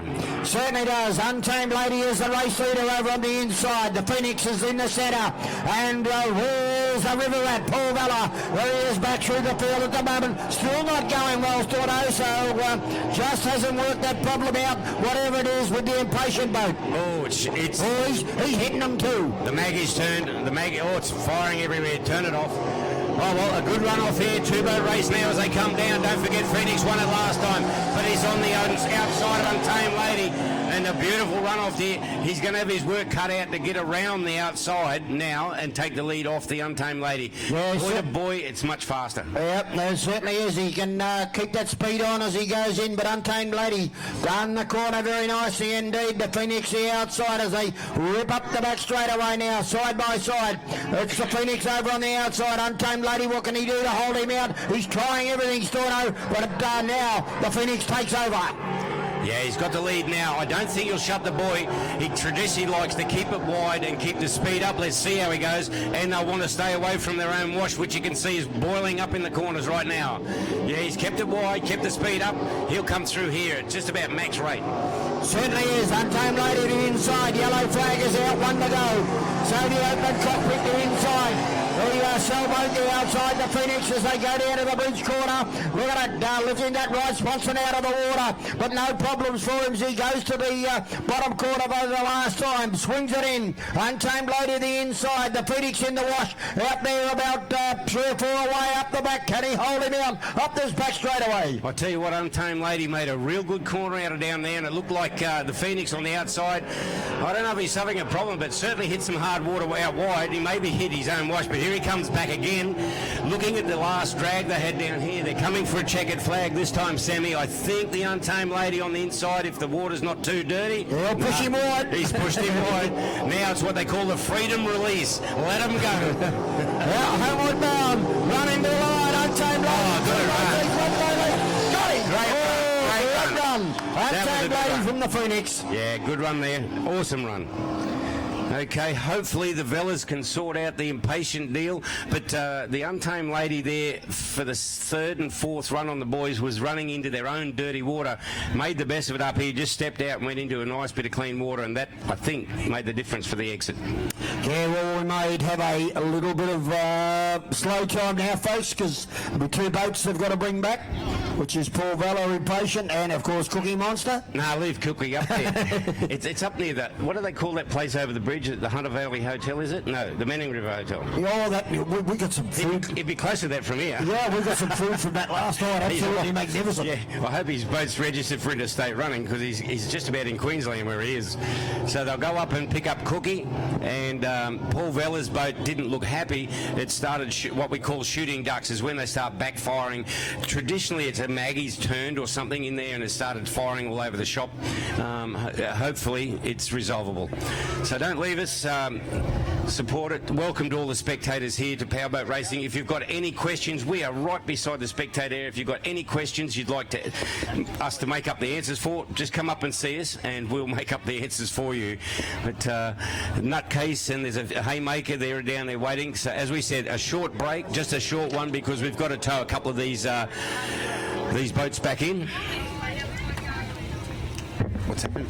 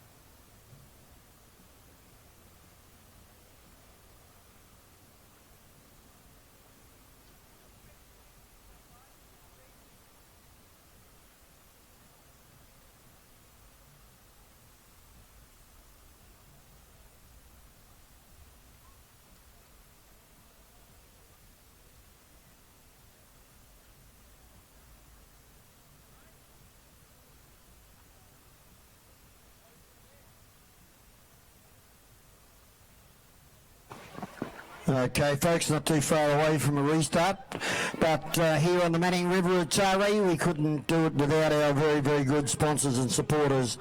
And of course, our top platinum sponsor is the Silos Taree. What a great venue, what a great spot it is to watch boat racing.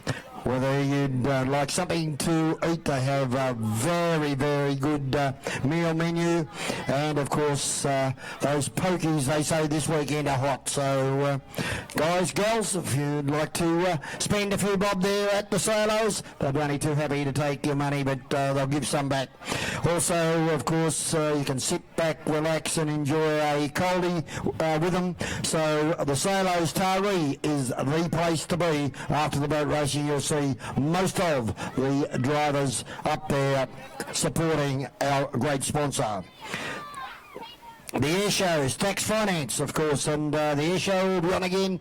Last year we saw that magnificent man, his flying machine. Well, I think we've got it again this year as well. So the air show is tax finance. We say thank you. The goals, the Mid-Coast Council, of course, and working on it.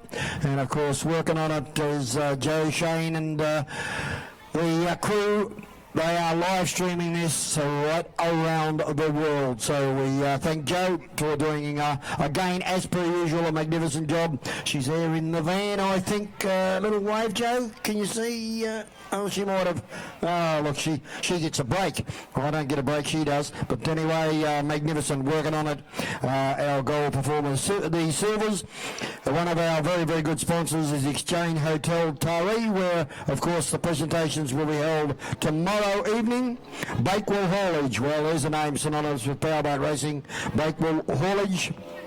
The Taree Truck Centre. Max FM. And of course, I forgot to mention that that FM station that you're bringing it over is 89.0. 89.0. So if you've got the FM here working, then go to 89.0 and you can hear me online, exclusive calling these races on the Manning River. Brought to you by Aurora Show FM. Yes, brought to you by Aurora Show FX. So they're doing a great job with the PA. So please do, as I say, always say, support the people that certainly look after us. Marlin Mushrooms, well, there's a name synonymous with powerboat racing. For the Vic Curry, the McGrath's Meat Taree for the Liberty Cup, the Keely Body Works Jeff Stevenson Memorial, the MSC Electrical Services, as I said, Scotty and Connor here on behalf of them. To Kennard's Hire Taree supplied the Portaloos, Thomas Scaffolding, the control tower and the live stream platform. J.R. Richards Waste Services supplied all the rubbish bins around here, and please do the right thing. If you're having something to eat, something to drink, then please use those facilities. The Bronze, Speedflow Taree, Taree Auto Electrics, Harvey Norman Taree, Caltex Service Station, Dawson River, the Saxby Soft Drinks, the Petrie's Hardware Taree, Michelle Pratt and Bradley Pratt Memorial. Well, that magnificent boat, of course, Showtime, of course, Chevy Chase has the words on it in relation to Bradley Pratt. With the Bradley Pratt Memorial, we thank Michelle as well. So to all our sponsors, and I say to you time and time and time again, please, if you're in the vicinity of any of our sponsors, call in and tell them Sam sent you. You'll certainly get a super deal.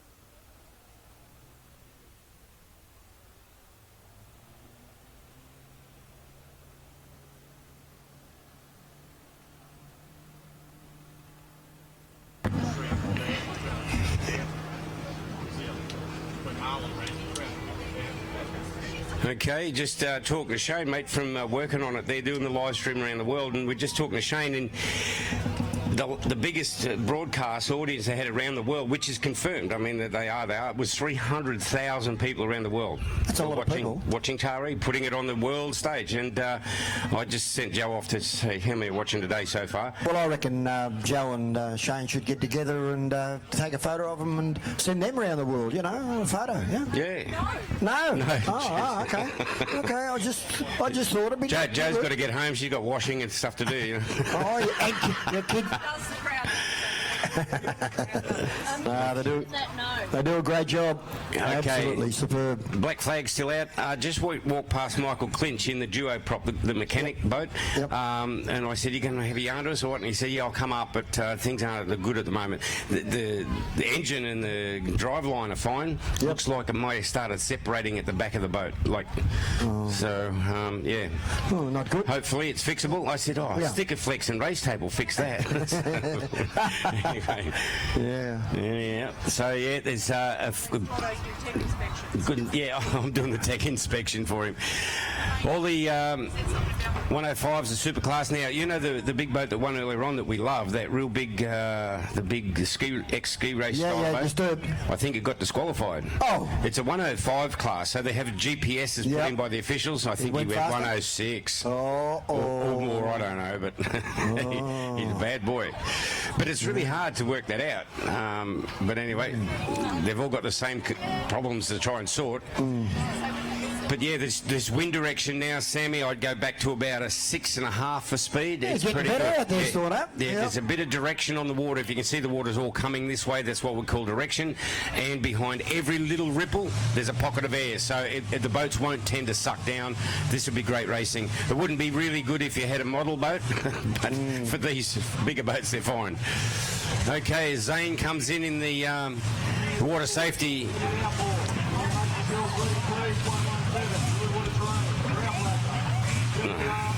They're calling me up again.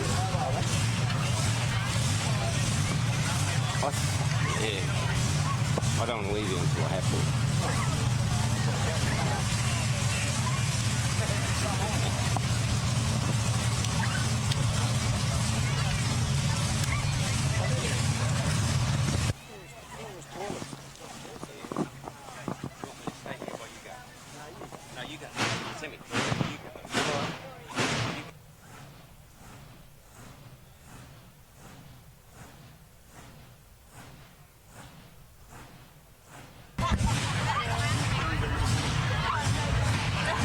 Okay, so the black flag's out, which is for those who are new to the sport of powerboat racing. We try to talk to the drivers, as we said before, with flags. Green flag means, yes, the water's ready to go, we're going racing. A black flag means come back to shore.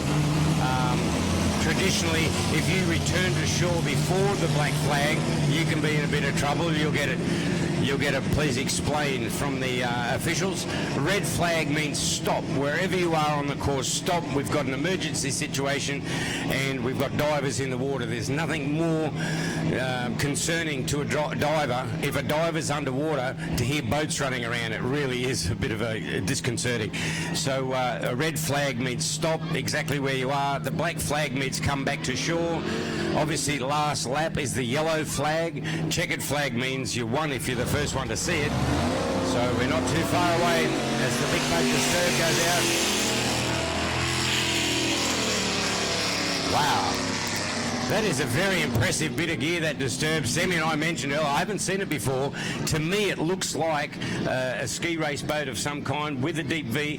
If the water roughens up, that boat will enjoy it, whereas the smaller boats will start to pay the price.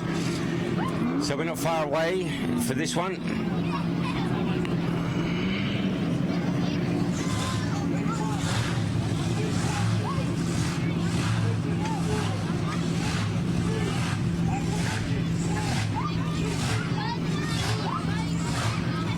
Okay, so we've got the two heats of this category. Main line's down here beside us, so they'll be backing up with the second line. I think they've just called the unlimited outboards back out, and then I've heard them just calling out some hydroplanes, so we shouldn't be far away. See the aeroplanes back on the water.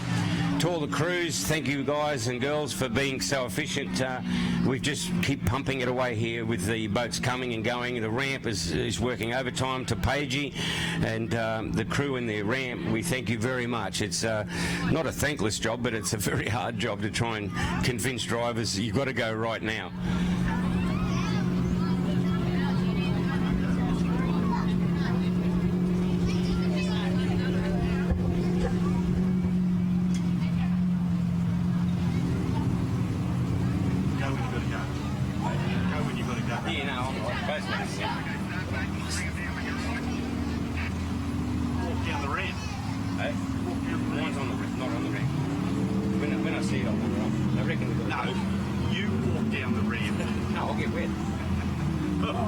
That's going to happen one way or another.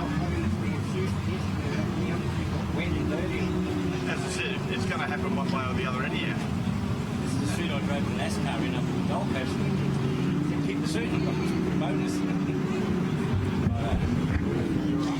Okay, they're coming down. Most of the boats now have had at least one start, so they know, well, most of them bar myself and Cookie, we know where the flags are going to drop. But they've lined them up once again. The outside boats probably got a bit of an advantage here, that they'll be on the outside of the pendulum and keeping the speed up. On the inside, though, they've held them up a straight line, flags down, and the power is down. Gussie Beaver's in the haymaker. That's him on the far side as he brings it on through. I'm disturbed. He's way out wide on this one, but I think he'll make a run of it. Conditions very good at the moment as Disturbed. He just about level pegged him on the outside, but he's got a long way around. Let's see how he goes at the far end. Gussie Beavers, he's in pole one. He's made a good run there. He's equal first still, but I think the boat beside him in two has got some freight, and he's put the hammers down. And look at this for an expert. He's got to be breaking the speed now. That's 105 mile an hour maximum. We'll wait and see.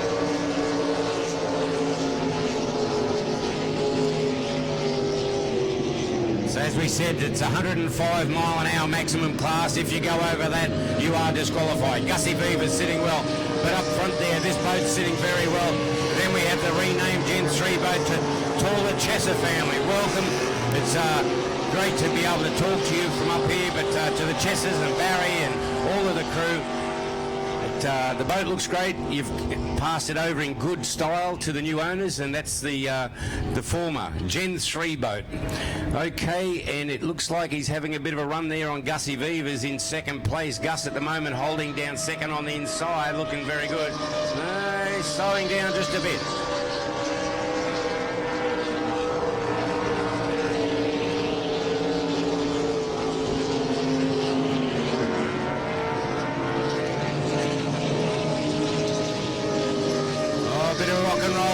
Beaver's got a good corner.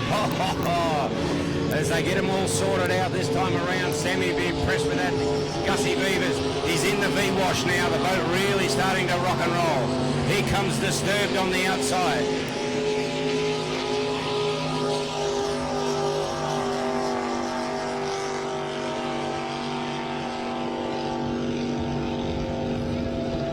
Okay, the yellow flag's out once again, and I'd really like to see if this boat does break the speed.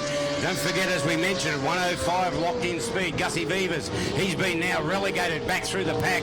Oh, Sammy, I don't know what happened to him there. He's gone from second to fourth, but he got a bit of high water and was rock and roll. He's coming back up there into the corner.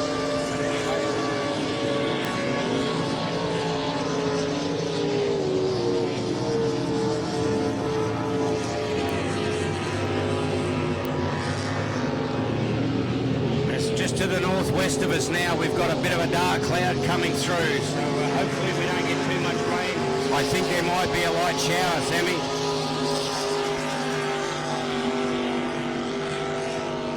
So we might get a little bit of rain from this shower coming through. There's one coming through from the northwest.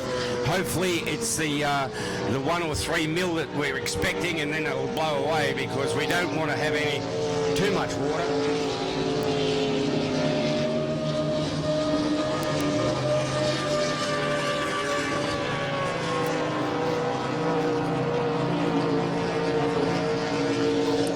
Okay, that race unfolds. Just got a can in the water. Please, if you've got cans or anything, don't throw them in the water, please. Very, very dangerous for the boaties out there on the water. So if you have a can or anything of that nature, put it in the bins provided around the various parts of the Manning River here on the shore. So don't throw cans in the water. You know, at the speeds these boats are doing, it is very, very dangerous. Thank you.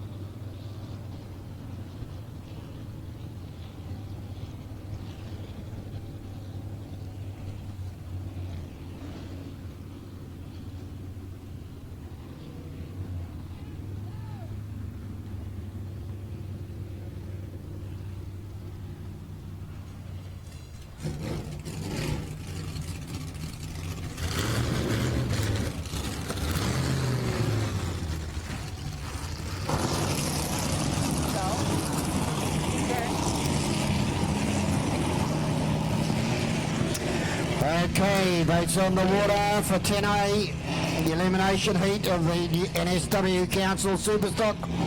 4 laps. Big Deal is out. We've got Torrent out of 1, Marine Line out of 2, Quiver out of 3. Big Deal is out, which is was out of 4. So Friction goes to 4, Eliminator to 5. Looking over the back, doesn't look too bright over the back there, so maybe it might be rain on the way, which is forecast for some showers and maybe some thunderstorms. Hopefully that will stay away a little bit longer.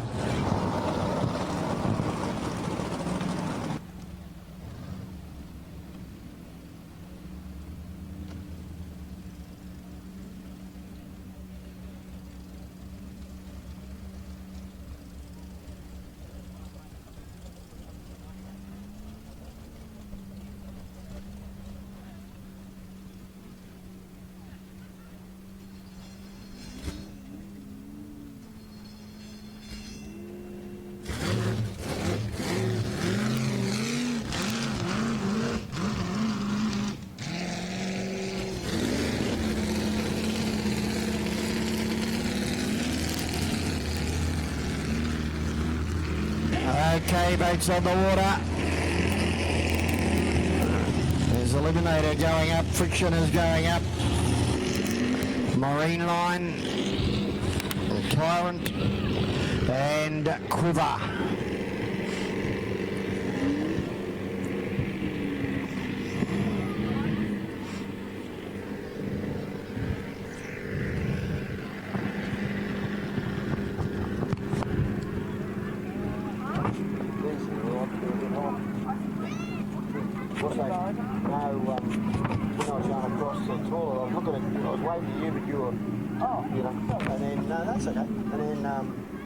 Scotty said, "Very going all right." I said, "Oh, I wouldn't mind a drink." He had burned these in his little buggy.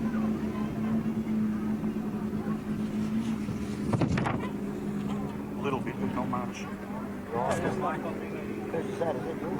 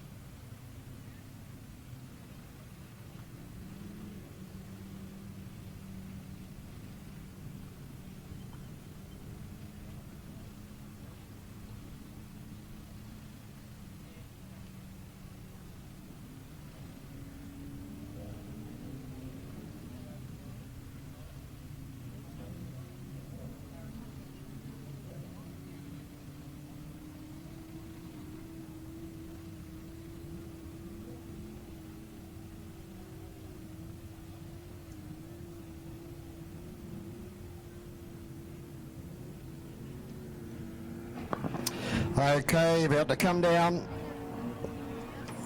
So Tyrant out of 1, Marine Line 2, Quiver will come out of 3, Friction will come out of 4, Eliminator the outside 5.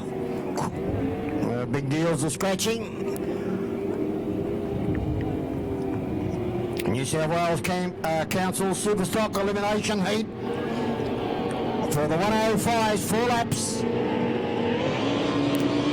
And away they go, Tyrant Main Line got a flyer out of the chute. There's Friction and Quiver going up very, very quickly over on the outside. And Dibs in Eliminator is tucked out very wide. We're in his pole position of number 5. So as they run towards the bottom corner the first time round and head up the back straightaway. Let's sort them out. Marine Line got up out of the water there with a nose skyward, but got it down as he put the accelerator down and takes over. It is going to be Marine Line that leads them up the back. Shows the way from Tyrant tucked in on the inside. As they wheel their way up and then Quiver over on the outside as they wheel towards that corner there and head into front straight away once again. So with 1 lap down, Marine Line shows the way. Tyrant is second, Quiver is third, and then further back the Friction at the head of the others, and the Eliminator back behind him as they wheel their way down to the bottom corner once again.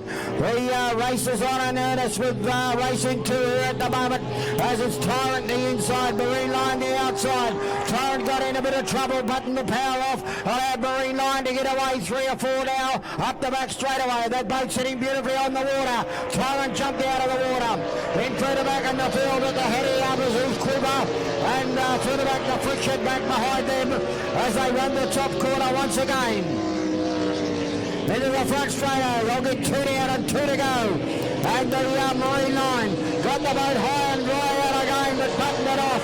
Shows the way from Tyrant in second placing. Third placing then is Quiver. Then we move back to Friction and further back to Eliminator. But down to the bottom corner once again at the bridge end. And our race leader, Marine Line. Tyrant is going to have another crack at him up on the inside here. But Marine Line lifts that boat again out of the water. Lurches it out. Tyrant trying hard to stay with him. Up the back. They're clear then off Quiver further back in the field of Friction. But third time round. And out to come into the front straight out once again. Tyrant making up a lot of leeway on the race leader as they come into the front straight away. And it is Marine Line out of the chute with a yellow flag out, 1 to go.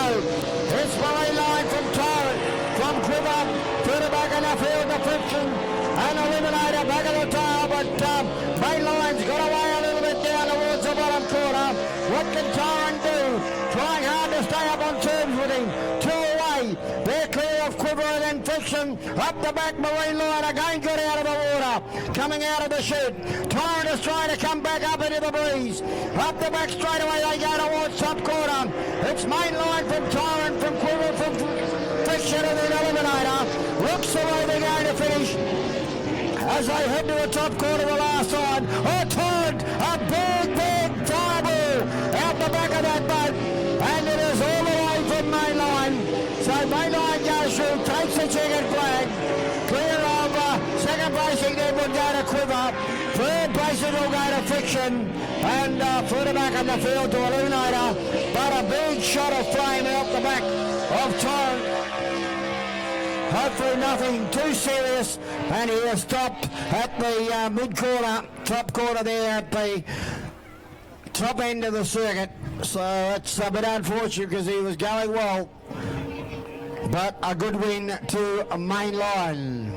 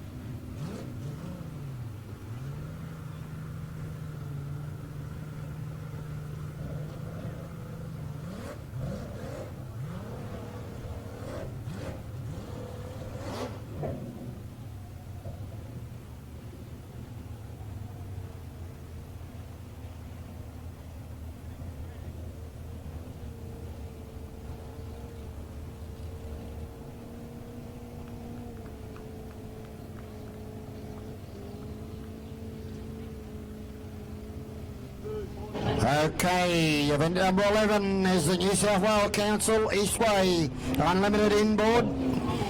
Heat 1, 4 laps. Coming out of pole position number 1, Aquamagic Steve Scott. Coming out of pole position number 2, Shenanigans for Tim Shannon with Chris Pugsley.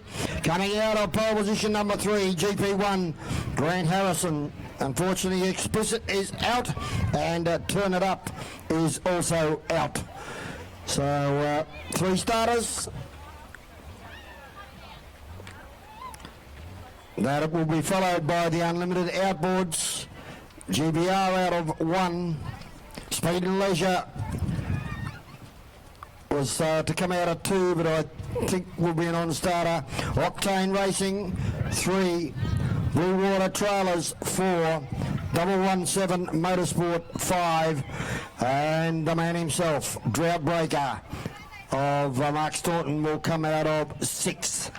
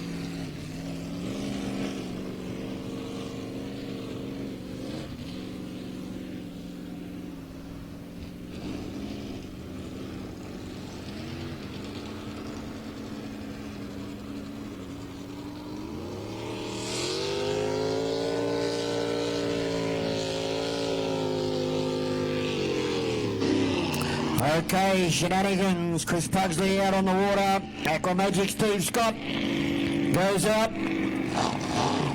And the big one, GP1 Grant Harrison for Dad Keith Harrison. From Melton Toyota, Melton Suzuki, Hyundai, and everything else. So Harrow takes the big GP1 out. As I said, a fortnight ago, won his 8th EC Griffiths Cup, the Australasian Unlimited Unrestricted Open Inboard Championship between Australia and New Zealand. Unfortunately, the New Zealanders weren't out here because they're heading to America and Canada, where they're going to campaign. I heard 3 boats, but I then heard today only 2. So they're going to campaign the boats over there. I believe they fly out very, very shortly to contest the 8-round series in Canada and America. They were there last year, and before a crowd of, I think all up, it was about 200,000 people. Jack Lupton thrilled the crowd in the GP57 boat.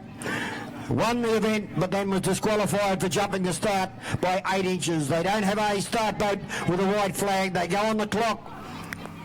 2 boats were a good boat length in front of Jack. When he decided to go, he thought, well, those 2 boats, they've gone, I'm off. And he was clocked down the back straight away in the 468 cubic inch with an 871 blower at 169.442 miles per hour. So that is very quick for a 468 when you compare them with the 510 cubic inch, would run between 170 and 180 miles an hour. That is very, very quick. So that was unfortunate that they weren't at Lake Mawala, but Grant Harrison won his 8th. Keith Harrison, his dad, won 1. So 9 in the family is not a bad effort. I think the record for the EC Griffiths Cup is 13, held by Ron Burton. So here we go. We're about to go racing. Explicit is out. Turn It Up is out. So 6 litre Hydro, Aquamagic, Steve Scott will come out of 1. 6 litre Displacement, Shenanigans, Chris Pugsley out of 2. And the big GP Hydroplane of Grant Harrison for Keith Harrison out of 3. They are about to go, folks. 4 laps.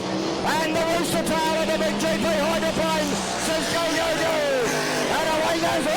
Oh, snake me.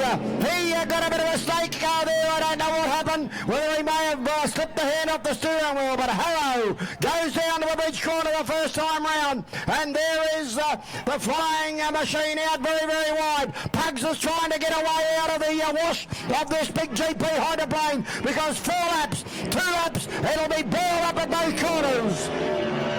Up the back straight away. Chris Pugsley leads the charge from GP1 Grant Harrison as they go round the corner in the front straight away. It is the flying Tim Shenanigans of Chris Pugsley shows the way. Hello there outside. Goes past the tower in second. And Aquamagic of Steve Scott back there in third as they run down to the bridge corner. So, let's have a look at the little displacement against the big flying GP Hydroplane. Out of the chute goes Pugs. Pours the power on to try and get away. And he gets a boat length in front of Harrow. Up on the back straight away. He there pulling. Only about 125, 130 mile an hour. These GP Hydroplanes are around 170 to 175. Oh, look at that. There's a lot of water. In the front straight away. And there's GP1, Grant Harrison kicks it in a little bit harder and goes away about 40 metres now on Shenanigans Chris Pugsley. By golly, Pugs, watch out because there'll be some big ones. There'll be some big holes down at the bottom there, I can assure you. And he's hit one there, coming out of the chute, down the back straight away. And it is GP1 of Grant Harrison, shows the way in the Melton Toyota. Shows the way from Shenanigans, Chris Pugsley, and further back to Aquamagic, Steve Scott. But around the corner, top corner once again. Look at those big ones, Pugs. Oh, they're big. As he comes out a little bit wider. Past the tower, yellow flag out. And the pace has gone right out of the GP1 combination. Goes down to the bottom corner. Very, very slowly indeed. Shenanigans, Chris Pugsley. He's about to go into a lead-in boy at the bottom end. And Aquamagic, Steve Scott, the 6 litre. He's about to go in. Pugs is going wider. He says, I know where they are. Oh, he hit a beauty down there. And another one. Up the back straight away though. And it's the flying GP1, the Grand Prix Hydroplane of Keith and Grant Harrison, showing the way to the top corner. So homeward bound in Heat 1 of the New South Wales Council Eastway Unlimited inboard guy and over the line. Very, very easy indeed. GP1 of Grant Harrison first. Second placing Shenanigans, Chris Pugsley for Timmy Shannon second, a good drive. And further back in the field, Steve Scott, Aquamagic, the little 6 litre, back over there with about a quarter of a lap to go.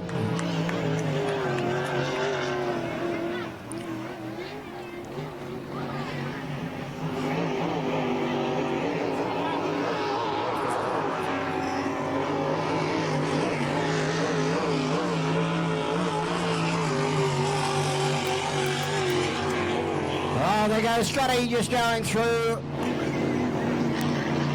but just too much power. 510 cubic inch, probably around 1800 horsepower. And as I said, quite capable of a speed around the mid 170 miles per hour, which is probably around about the 290 kilometres per hour, these GP hydroplanes. World water speed record for a GP is 181 miles an hour in a straight line. So in race conditions, they probably, they can vary from 130 mile an hour to probably around the 170. I know Warwick Lupton chasing Johnny Cross at Lake Moala, Yarrawonga, a few years back, about 2009 or 10. Pulled 174 mile an hour down the back straightaway to try and reel Crossy in out of the displacement boat. So they are very, very capable of exciting you, the crowds. Okay, Unlimited outboards out on the water. Coming out of pole position number 1, GBR. Coming out to Mink over, he's out into Speed and Leisure. Octane Racing will come out of 2. Blue Water Trailers will come out of 3. 117 Motorsport will come out of 4. Drought Breaker will come out of 5.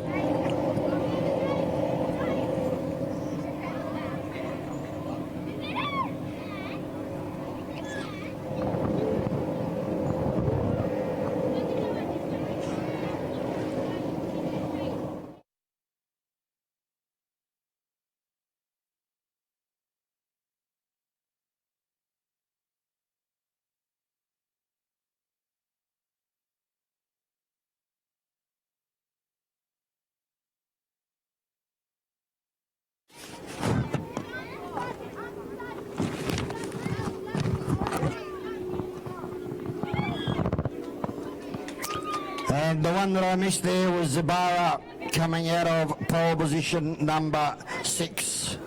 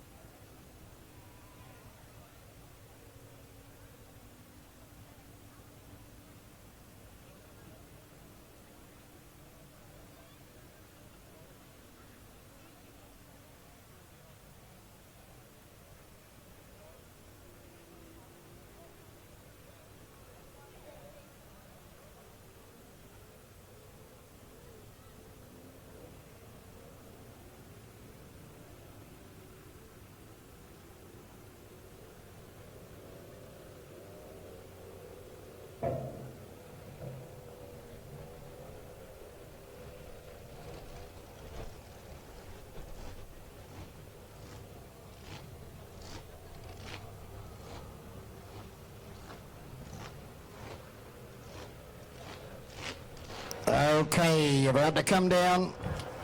So GBR out of 1. Speed and Leisure is out. Octane out of 2. Blue Water out of 3. 117 Motorsport out of 4. Drought Breaker out of 5. And Zabara behind them now, just going through 777.